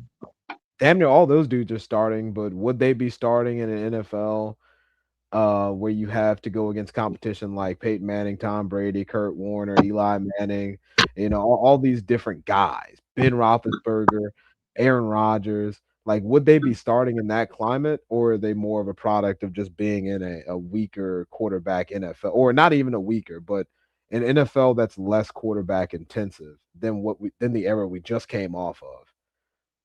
Okay, yeah, I agree with that. Because I don't look at really any of these guys, with the exception of maybe, I'm just saying though, like, they're still planning on getting a quarterback this year. You could tell. I mean, Omar, he stocked up 12 draft picks. Right. The draft was in Pittsburgh. He was going to go quarterback. He was going to, trust me. But then fucking Dante Moore and fucking everybody went back to school. I mean, yeah, that changed plans. Like, you can't, like, I don't see them. I mean, look. If they take Ty Simpson at 21, I mean, I'm not gonna be pissed off, but then I'm not gonna write him off. Like, he hasn't even played a snap, so I'm not gonna do that. But, like, I will be a little pissed, but then at the same time, I would be like, fuck it, give him a try, I guess. Like, but I don't know, man. I don't think that's a good idea, personally. I think that drafting Ty Simpson that high is a bad idea. Yeah, I can't see it. I can't see it, man. I don't see Omar making that. See, Omar was the JPJ draft. Omar didn't pick Kenny, so that's why I trust Omar. Omar wanted. If Omar was a year before, we would never have had Kenny neither, because we're in the same situation. Like Ty Simpson is kind of like the Kenny situation, but he's better than Kenny though. That's not what I'm saying. But I'm saying if Omar was a year before, I don't think Omar's picking Kenny Pickett. Like that was Kevin Colbert. That was Omar. He got the job in 2023. So like. I'm hoping that he don't do no stupid shit, man. I mean, Omar, he drafts good though. I mean, I'm not really worried about that. Man, I mean, Ty let's Simpson. think about next year, right? Like, because I don't think that y'all's quarterback is in this year's draft. I think that really y'all could throw the homie what's the Will dude from Howard. Ohio State? The dude from Ohio Will State, Howard. y'all. Will Howard, yeah. I think y'all could throw the homie Will Howard out there into the starting role. He could do a pretty good That's job. my one. That's what I mean. Okay, hold on though. Big guy. Now it does change a little bit in my opinion now though, because I thought with what we did in free agency, I don't see us. That's not the vision. Like they're not gonna go trade for Pittman. They're not gonna go sign Dean Brisker, all these guys to build around a rookie quarterback though. I don't see that. Why not? Why not? I would, Billy. I would. I'm talking about. I'm just saying, like, I'm talking about as them. I just don't see them doing that. I would, trust me. I'm a Ohio State fan. Like I said, I love Caleb Down. You know what I'm saying? That's why I was trying to help you with that case with the Caleb Down stuff because I'm a Ohio State fan, so I know what Caleb Downs I can mean, do. I already know. I already know who Caleb Downs is. I think that I think it's the same situation. Like, I think the only scenario where somebody could try and argue to me that Caleb Downs is not the move, if he's there, is if they just did not see him play. That's the only way I can see it. Caleb Downs is an incredible player. He's one of the best players I've personally ever seen. Trust me, Caleb Downs, dude. I went to that game against Indiana 2 years ago. When he had that punt return. Dude, I promise you, dude, as soon as he caught that, dude, I swear to God, I went to the game with my buddy. I literally looked at he's gone. Like you just know like players like that, man. Like when he touches the ball, dog, like dude, he's so impactful, dog. Like even when he don't have the ball, like he said earlier, like he comes down for like top, like but he be like. He don't remind me of Troy. He has a different play style of Troy Polamalu, but he kind of reminds me of Troy Polamalu. You know what I'm talking about? Like Troy Polamalu would be deep safety, and then out of nowhere, crack his ass behind the line. Like Caleb Downs. The comp that I heard that has been ringing in my head every time I watch this tape is Ed Reed. Okay, that's a little better. That's a little better comp. Yeah. He do. Yeah, he do. Yeah, that's a good comp. Yeah. I was thinking Ed Reed for Polamalu. No lie. I mean, he still kind of reminded me of Troy though. Like with I want to say like cover wise, because Troy was. I would say Troy was a better cover, but what I meant like with Troy guys though was like Caleb Downs do be doing that though. He could be like deep in the backfield and fucking somehow out of nowhere you just see him crack the running back for a 5-yard ball. It's like right. He's just always where the ball is going to be. He knows what he has a brain. Man, Troy Polamalu was the best at that. Like I don't know how he did that, but he would. When the game's on, you don't see Troy Polamalu, and then out of nowhere you see him. Like same with Caleb Downs. I feel you with that Caleb Downs pick. I think y'all should do it 100%. Now, do I think he's gonna be there? I don't think he's gonna be there. I don't know. I see the Giants taking him at 5. It would take a lot of stupidity from the other teams to just let Caleb Downs continue to fall past. Honestly, not even from my Ohio State fandom. Honestly, I see two defenders in top 5. If we want to be honest, I see Caleb. I see Daniel 3. Honestly, Reeves. I see Reeves, Styles, and fucking Downs going top 5. To be honest. Now he's my second option. Like if Downs and Reese are gone, then I want Sonny Styles. I mean, I don't think that you can. God damn, boy, motherfucker, he's a fucking monster, bro. God, you can't pass up on a 240-pound, super athletic. Yeah, 240. He can cover, tackle. He can cover, tackle. Be a real true green guy.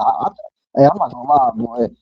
I mean, Yeah, man. It's out of them too. I feel you, dog. I mean, a pick 8. Oh, man, I wish y'all brother, play pick. brother, he was a safety at 6'4", 240. But yeah, that's what I'm saying. He was a safety at first.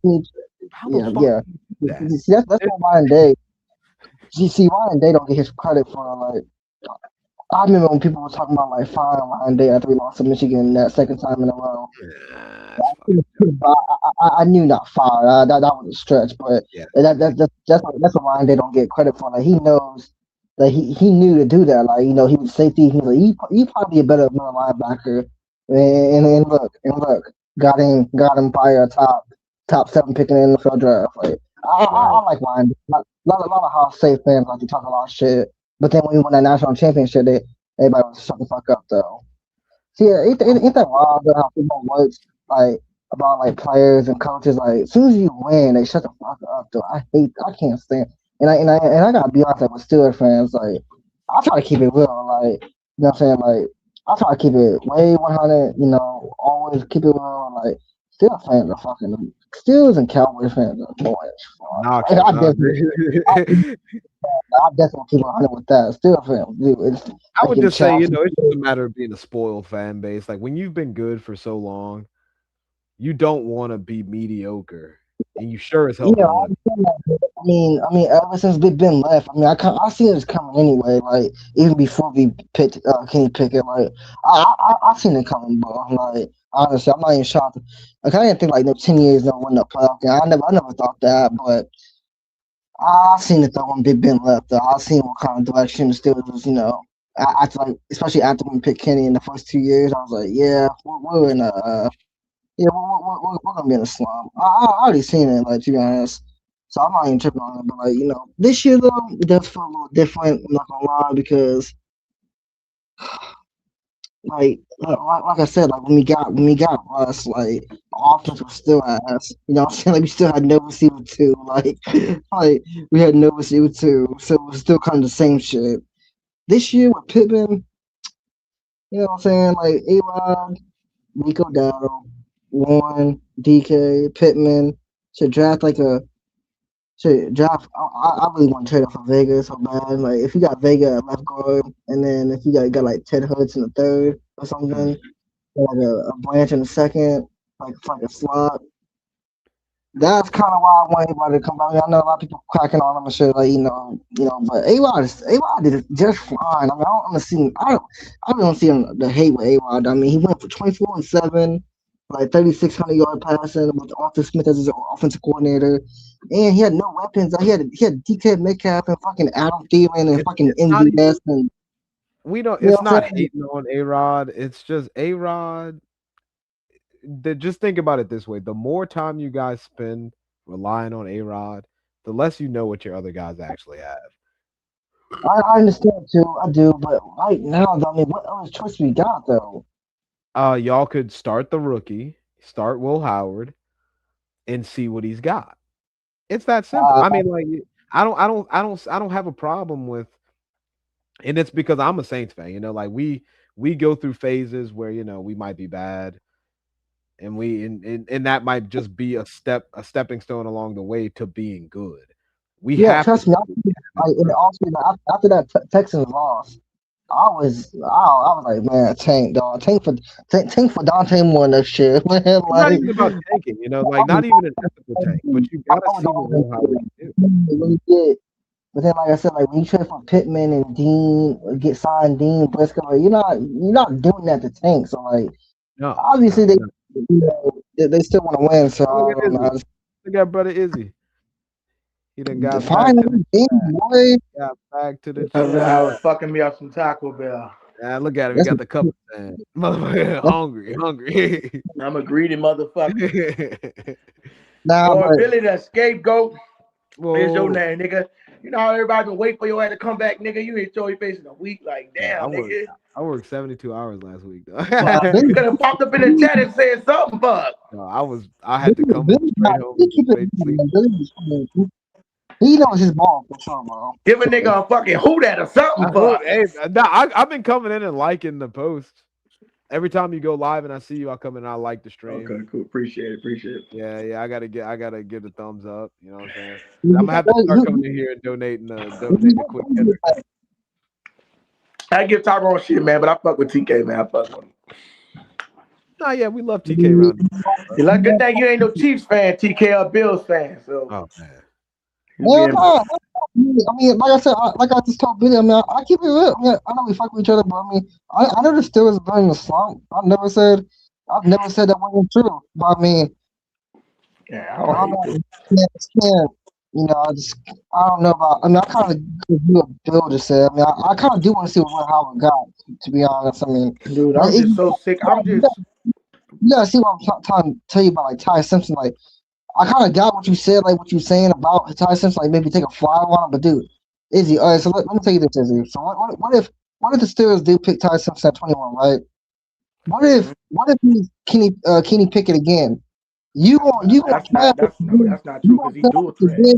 He's a dual threat quarterback for the next 2 years again, and then we waste another 5th pick. That means the football Steelers would waste 2 times the last 4 years for top. No, I'm not picking them at no fucking 20 because you could probably find somebody. Where y'all picking at? 21. Yeah, I'm not picking them probably at no 21 because I mean you could probably find somebody better. I'm talking about the second round, he's gonna be there. But what I'm saying is, dude, it's not gonna be no Kenny Pickett because he's a dual threat quarterback. So you think Ty Simpson's good? I didn't say he was good. He better than Rodgers already. He did better. Y'all need a young. This league is moving into young quarterback. You see, we got 3 young quarterbacks on our roster: Zach Wilson, Rattler. Even though they're young, just like you seen with like when Kyle Rudolph came in that one game when they replaced Rodgers and did a little something. Because sometimes you need that young energy, bro. Nobody believes in that Rodgers shit. Like nobody, even the locker room will tell you, bro, they don't believe in him. I'm not saying that they don't. They believe that there's a better upgrade. But, bro, when it's time to fucking go, and I believe me, Drew Brees left a little earlier than I expected because if he would have came back, I feel like rehabbed his arm and his wrist, he could have came back and played like 3-4 more years. But he didn't. His wrist was gone. He didn't want to deal with the injuries and all that. You know how that cold weather should be. But bro, yeah, but dude, I don't think you understand. This QB class is weak. I mean, you know, he's on the ball. Like, bro, but you can't. Let me tell you why you can't say it's weak. It is weak. You can be optimistic about it, but one, Ty Simpson is undecided. You don't know where the fuck he's gonna go. And you got the third quarterback. But bro, Brady was a 6th round pick. Kirk Cousins was a 3rd round pick. Golf was. So would you? Okay. So let me ask you this. If I'm the set like Saints, like last year, like we skipped a bunch of those Sanders. If I need a quarterback, I'm gonna take a fucking quarterback. I'm not now. If however y'all feel about Will Howard, I don't know. But they don't believe in the dude, bro. What I'm saying is, if there's talent that's there, bro, like dude still went to Alabama. I take that consideration. I mean, he got hurt in training. He broke his finger in training camp. He didn't even get a chance to go trade for fucking Jalen Milroe or something from Seattle. Bro, there's plenty of things you could do, not even in the draft. Y'all could trade for Jalen Milroe. Sure. He ain't getting no fucking PT with Sam Darnold there.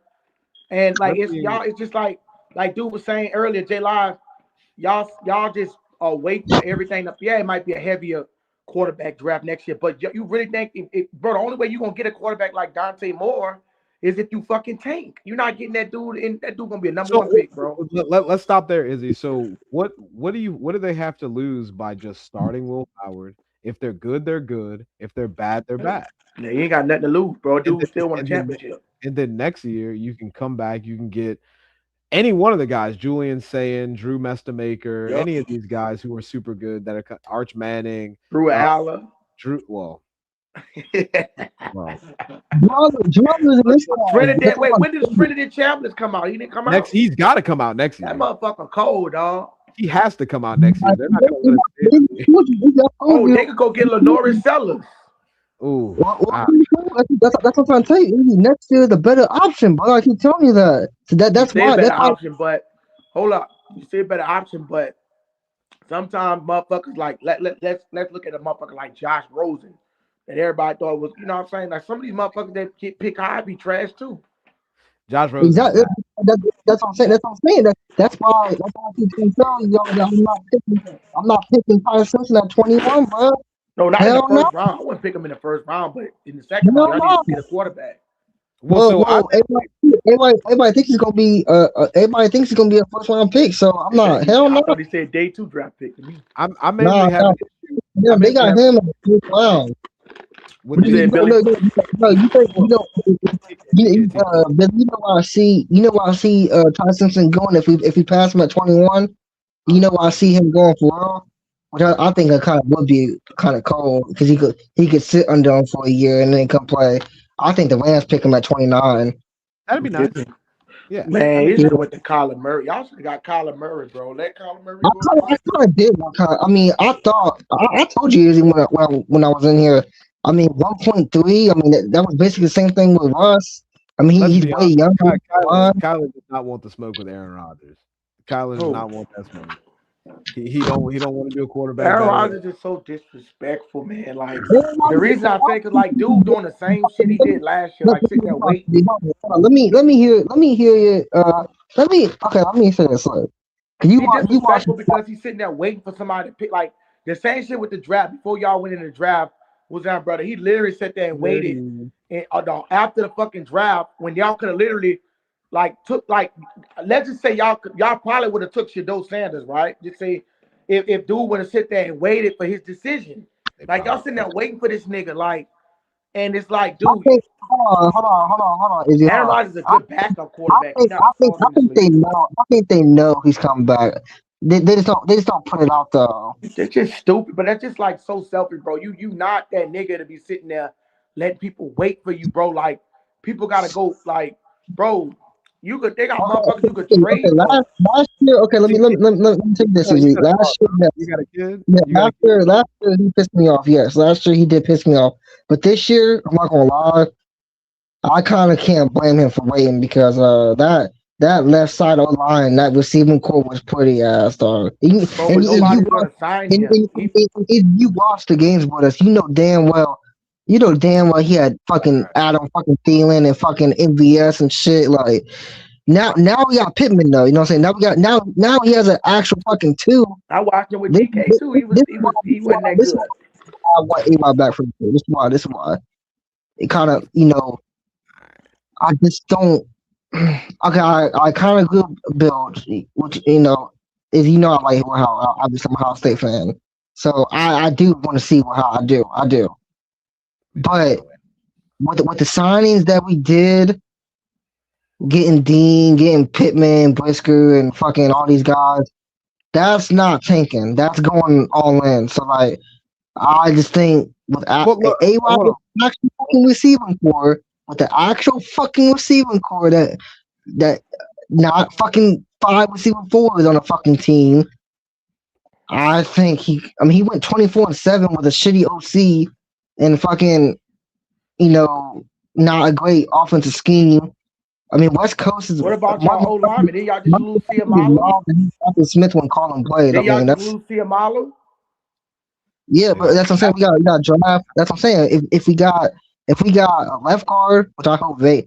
You know me. I love Vega. You know me. So I want Vega so bad. So if we let's say we trade up and got Vega, and then the second line we got a slot receiver. Why can't? What's the problem with A-Rod coming back with that? Vito's not receiving the second round. Look. So let's attack a couple points here. What's that with T-Dirty? Izzy, you got a kid, right? Yeah. You know that a kid is only going to do whatever the fuck you let him do. Right. So the fact that the Steelers are letting Aaron Rodgers run around here, take all fucking day, decide what he wants to do. He wants to go on a nature walk or fuck some trees or some shit like that, and then come back and say, okay, I'm ready to play football now, guys. And you're past training camp now. Right. They let him do that. Yeah, but he didn't do that last year neither, though. He signed like 2 weeks after the draft, though. That's not that bad.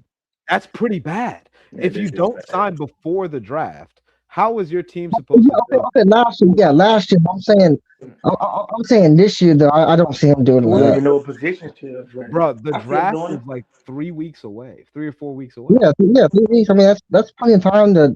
How much you Hey, want but to see the bet? market. Nobody wants it. I mean, I think he already told them like yes or no. To be honest, I think they already know. The Steelers are very.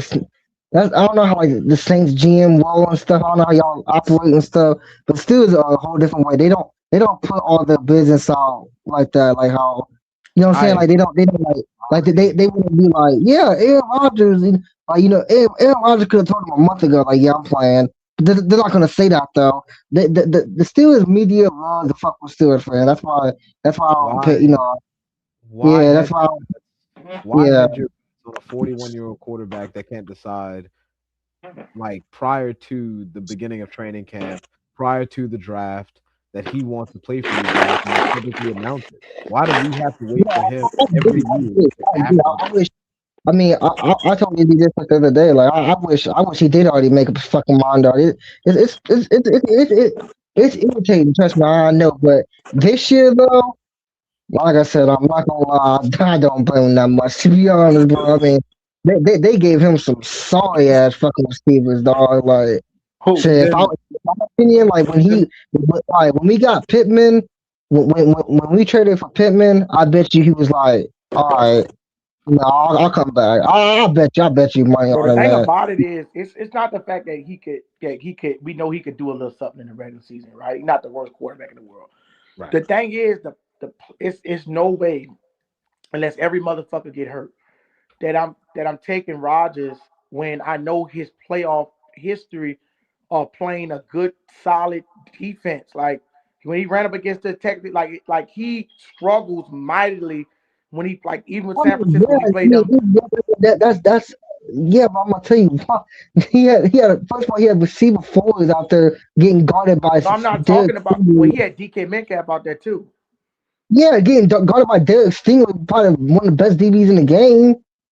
Yeah, bro. But what I'm saying is, and then two, he fucking Texas had the fucking two best edge rushers in the fucking league, man. But I'm saying when he was in San Francisco in his prime, he had Devontae Adams, and he still Okay, I don't know about that. I'm saying because I'm saying in his prime he couldn't get it done. So at 40, he would need everything around him. I'm talking about it's not just the offense. He gonna need a fucking top flight defense. Like he gonna need everything so he could just be like on some Sam Darnold shit. Ain't gotta really play too heavy. You. And that was the point I was trying to make right there. Okay, I was gonna get to that. So like, what you say that y'all aren't, dude? I mean, still, like I said, I would trade up to get Vega. Obviously, that's. I mean, our right side is already fine. We got Troy Fautanu, McCormick. What about Roger Jones? Well, honestly, he's still hurt right now. So that's what I'm saying. Is he fix left side? Fix left side. Y'all gonna run a 33 personnel? They gonna run They gonna run a 33 personnel. Frazier is a top 3 center. Troy is a great Billy. Okay, fine. Yeah, you got two O-linemen. You got Frazier. They gonna run a 33 personnel. It's a whole new fucking creative personnel with no O-line. They gonna have one fucking O-lineman. That's the draft for. What do you? Yeah, y'all got too many holes to be saying. Y'all listen. Now that the male defense, not really, dog. We got compete with this shit, bro. We need left tackle and quarterback. And receiver, that's pretty much to be honest. You're gonna be able to compete with that quarterback, bro. Yes, we can, dude. That's actually where I'm at, right? Is I think that the moves they made in the offseason are actually good moves. Yeah. Their team is gonna be good regardless. I don't think they need Aaron. I think that they don't need him. He's fucking they can put Will Howard out there and they could do fine. I think if they want to go to the playoffs, they can fucking do it with the team they have, especially that defense. And now you got Jamel Dean and Joey Porter.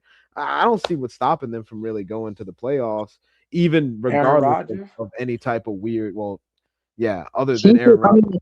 I do agree with that because I mean, hell, we made the playoffs from Kenny Pickett and Mitch Trubisky. I mean, our defense always Right. So I mean, we don't need. Yeah, but that I was mean, with Mike Tomlin though. You gotta yeah. take that in consideration. I ain't got Mike Tomlin. Mike Tomlin not there no more. You all right? So we don't know about that shit. Yeah, but he didn't stop, man. Stop. He listen. He Mike still Tomlin was made a- y'all He was a content. defensive- That was him, Yeah, bro. yes, but also Mike Thomas held us back too, though, with these Yeah, shitty ass. he did. But he still could do it with a Not at shitty. We don't know if somebody else could do it with a shitty quarterback. Yes, Aaron I Rodgers. also Izzy, who wanted Russ? Who wanted A-Rod? Nobody, bro. In Minnesota was the last option he could have went to, God, with that and Lion that shit shit, got closed. Mike Thomas wanted Russell Wilson and A-Rod, dude. Don't tell me Yeah, nothing, that's what I'm dude. saying. So he don't. That's not even Mike Right, Tomlin. he or held Aaron us Rodgers. back. He's the one that started this old fucking vamp quarterback shit, bro. Aaron Rodgers. I'm telling you, You bro. don't have. It's not enough. You don't have enough in the tank, man. I know Jamal be trying to put you in that way with the Thomas shit. You know, I mean, love Tomlin. Thomas. Let me tell you about Tom. I used to joke a lot, bro. Tomlin is not that good of a fucking coach. He You know what I'm he's a saying? good. He not. I mean, like he got those winning seasons. But I'm saying, like drafting. As When a you go into two-step, drafting and developing a quarterback, you can't do that. like I said, Tomlin is a good coach, but this ain't 2000. Look, from when he got hired from 2007 to like 2016, like right when the Steelers started going downhill, that's when I knew, like I told you after that Jags game, like no way in hell we should have lost that game. Like we was way better than that motherfucking team. We still lost. That's what I'm telling you. That Yeah, that's deep. That's on Mike Tomlin. from 2016 to like when look when you could take someone's head off across the middle of the field. Yeah, Tomlin was a great coach. He wanted to play defense and win 20-16 and keep the game close and make a few plays. Yeah, Tom was good for that when Big Ben was young and shit. And like when he had a top 5 defense in the league. Yeah, Tom was great. When we got to Big Ben's last 2 years to Kenny and the Mitch and Russ and A-Rod. No, bro. The dude, his scheme is outdated. Put it like that. That's what I'm trying to say. Like his scheme. This is 2026. This ain't 2010. Like that's my argument with Tomlin. I love Tomlin to death, man. But the game passed him, dog. Like this ain't. This ain't. Bro, this league is moving more to younger offense. Exactly. Offensive minded coach. I'm so glad we got Kellen Moore.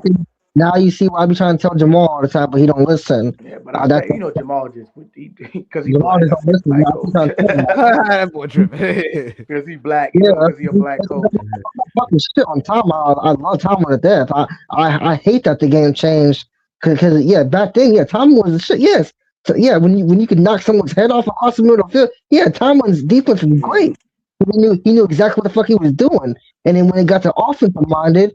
Like I said, when it got to like 20, like when Mahomes came around and Lamar and shit, he was still relevant.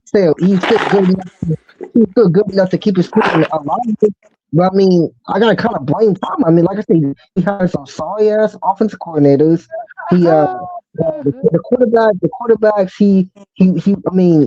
I mean, can you pick? So how you going with Mike McCarthy? Right, you see, it's going. This dude like what 75? I told Billy I like it. I mean, I don't know about other Steelers fans, but I'm gonna tell you why I like it is because. Okay, so with the current roster of the Pittsburgh Steelers, the Steelers have a good defense. I mean, I don't think I got to tell you guys who's on defense. So like, So Patrick Graham was the Raiders defensive coordinator last year. If you guys can name me, they had Max Crosby, but they didn't have nobody else around them. That was a top. He had the Raiders at 14th with just Crosby and a bunch of guys. I got faith in Patrick Graham to run the defense basically. Now offense. Terrell Austin. Yeah, hell yeah, he's gone. We got Patrick Graham. We got Patrick Graham. So. My McCarthy take is my opinion is that I finally agree with Steelers finally going offensive. Like honestly, that's the first step. Honestly, from going from Tomlin to always being defense.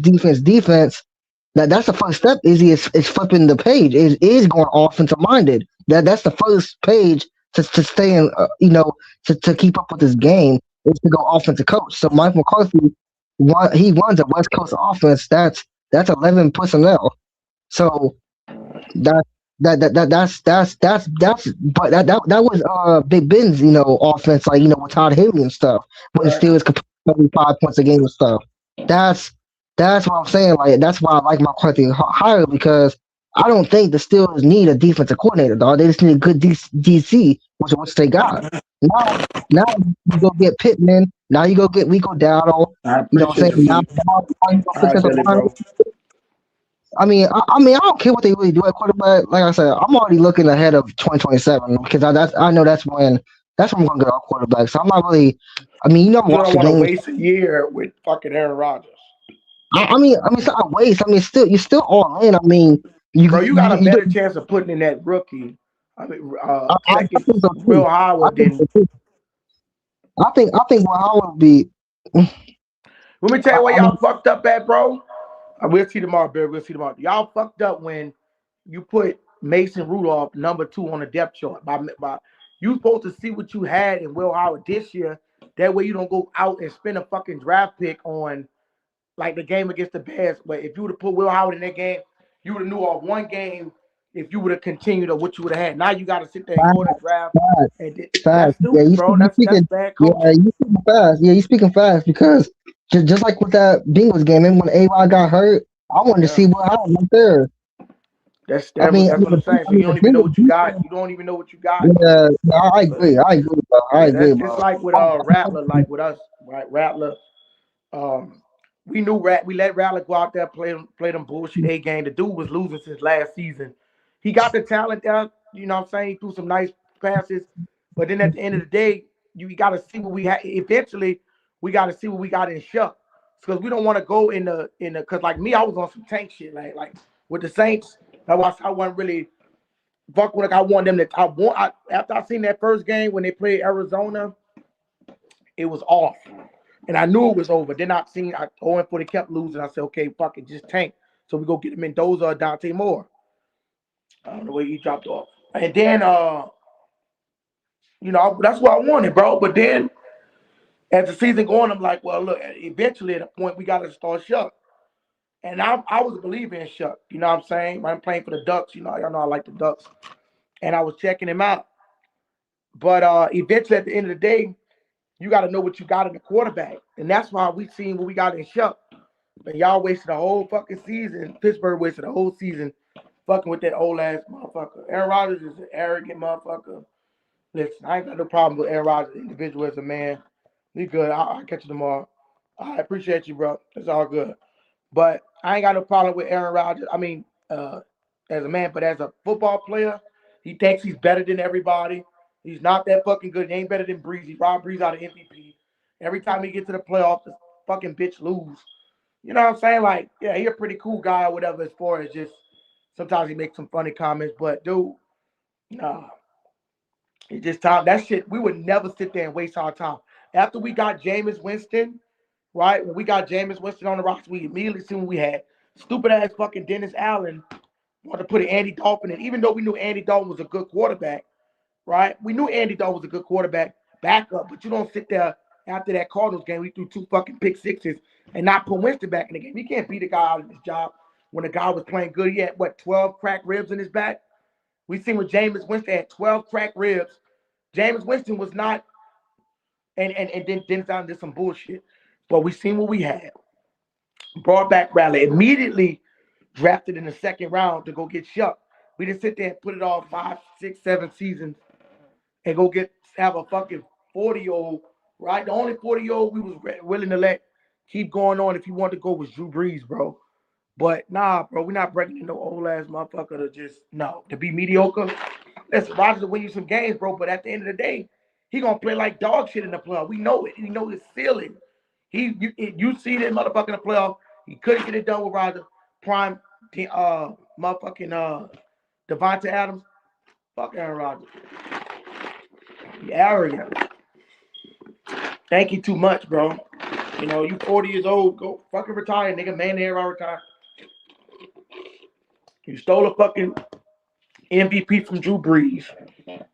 Nah, I'm not gonna let that shit slide. Anybody got any last questions, comments, concerns before I get off here? Anybody got any questions, comments, concerns? We will be back on here tomorrow for 9 p.m. I went a little late today because I was on my other podcast. If y'all like NBA content, subscribe to Zam Sports and Game Blitz with 6. Mondays and Thursdays we there talk NBA. But I'm gonna be back on here tomorrow for 9 p.m. y'all. 9 p.m. right now. We Sunday through Friday right now, 9 p.m. So I will be back on here tomorrow for 9 p.m. shortly. Y'all ain't gonna be late like I usually be. But anybody got any last questions, comments, concerns? Anybody want to click the link? Anything? I'll open the floor for about 30 seconds. If anybody anybody got any last minute questions for me or concerns, right? We know our New Orleans Saints. Nobody ain't fucking with the Saints, man. We know for a fact nobody ain't fucking with the Saints. Listen, y'all I told y'all about the confidence level. Y'all got to be up here with it. We gonna bust everybody ass, man. We gonna win this goddamn Super Bowl.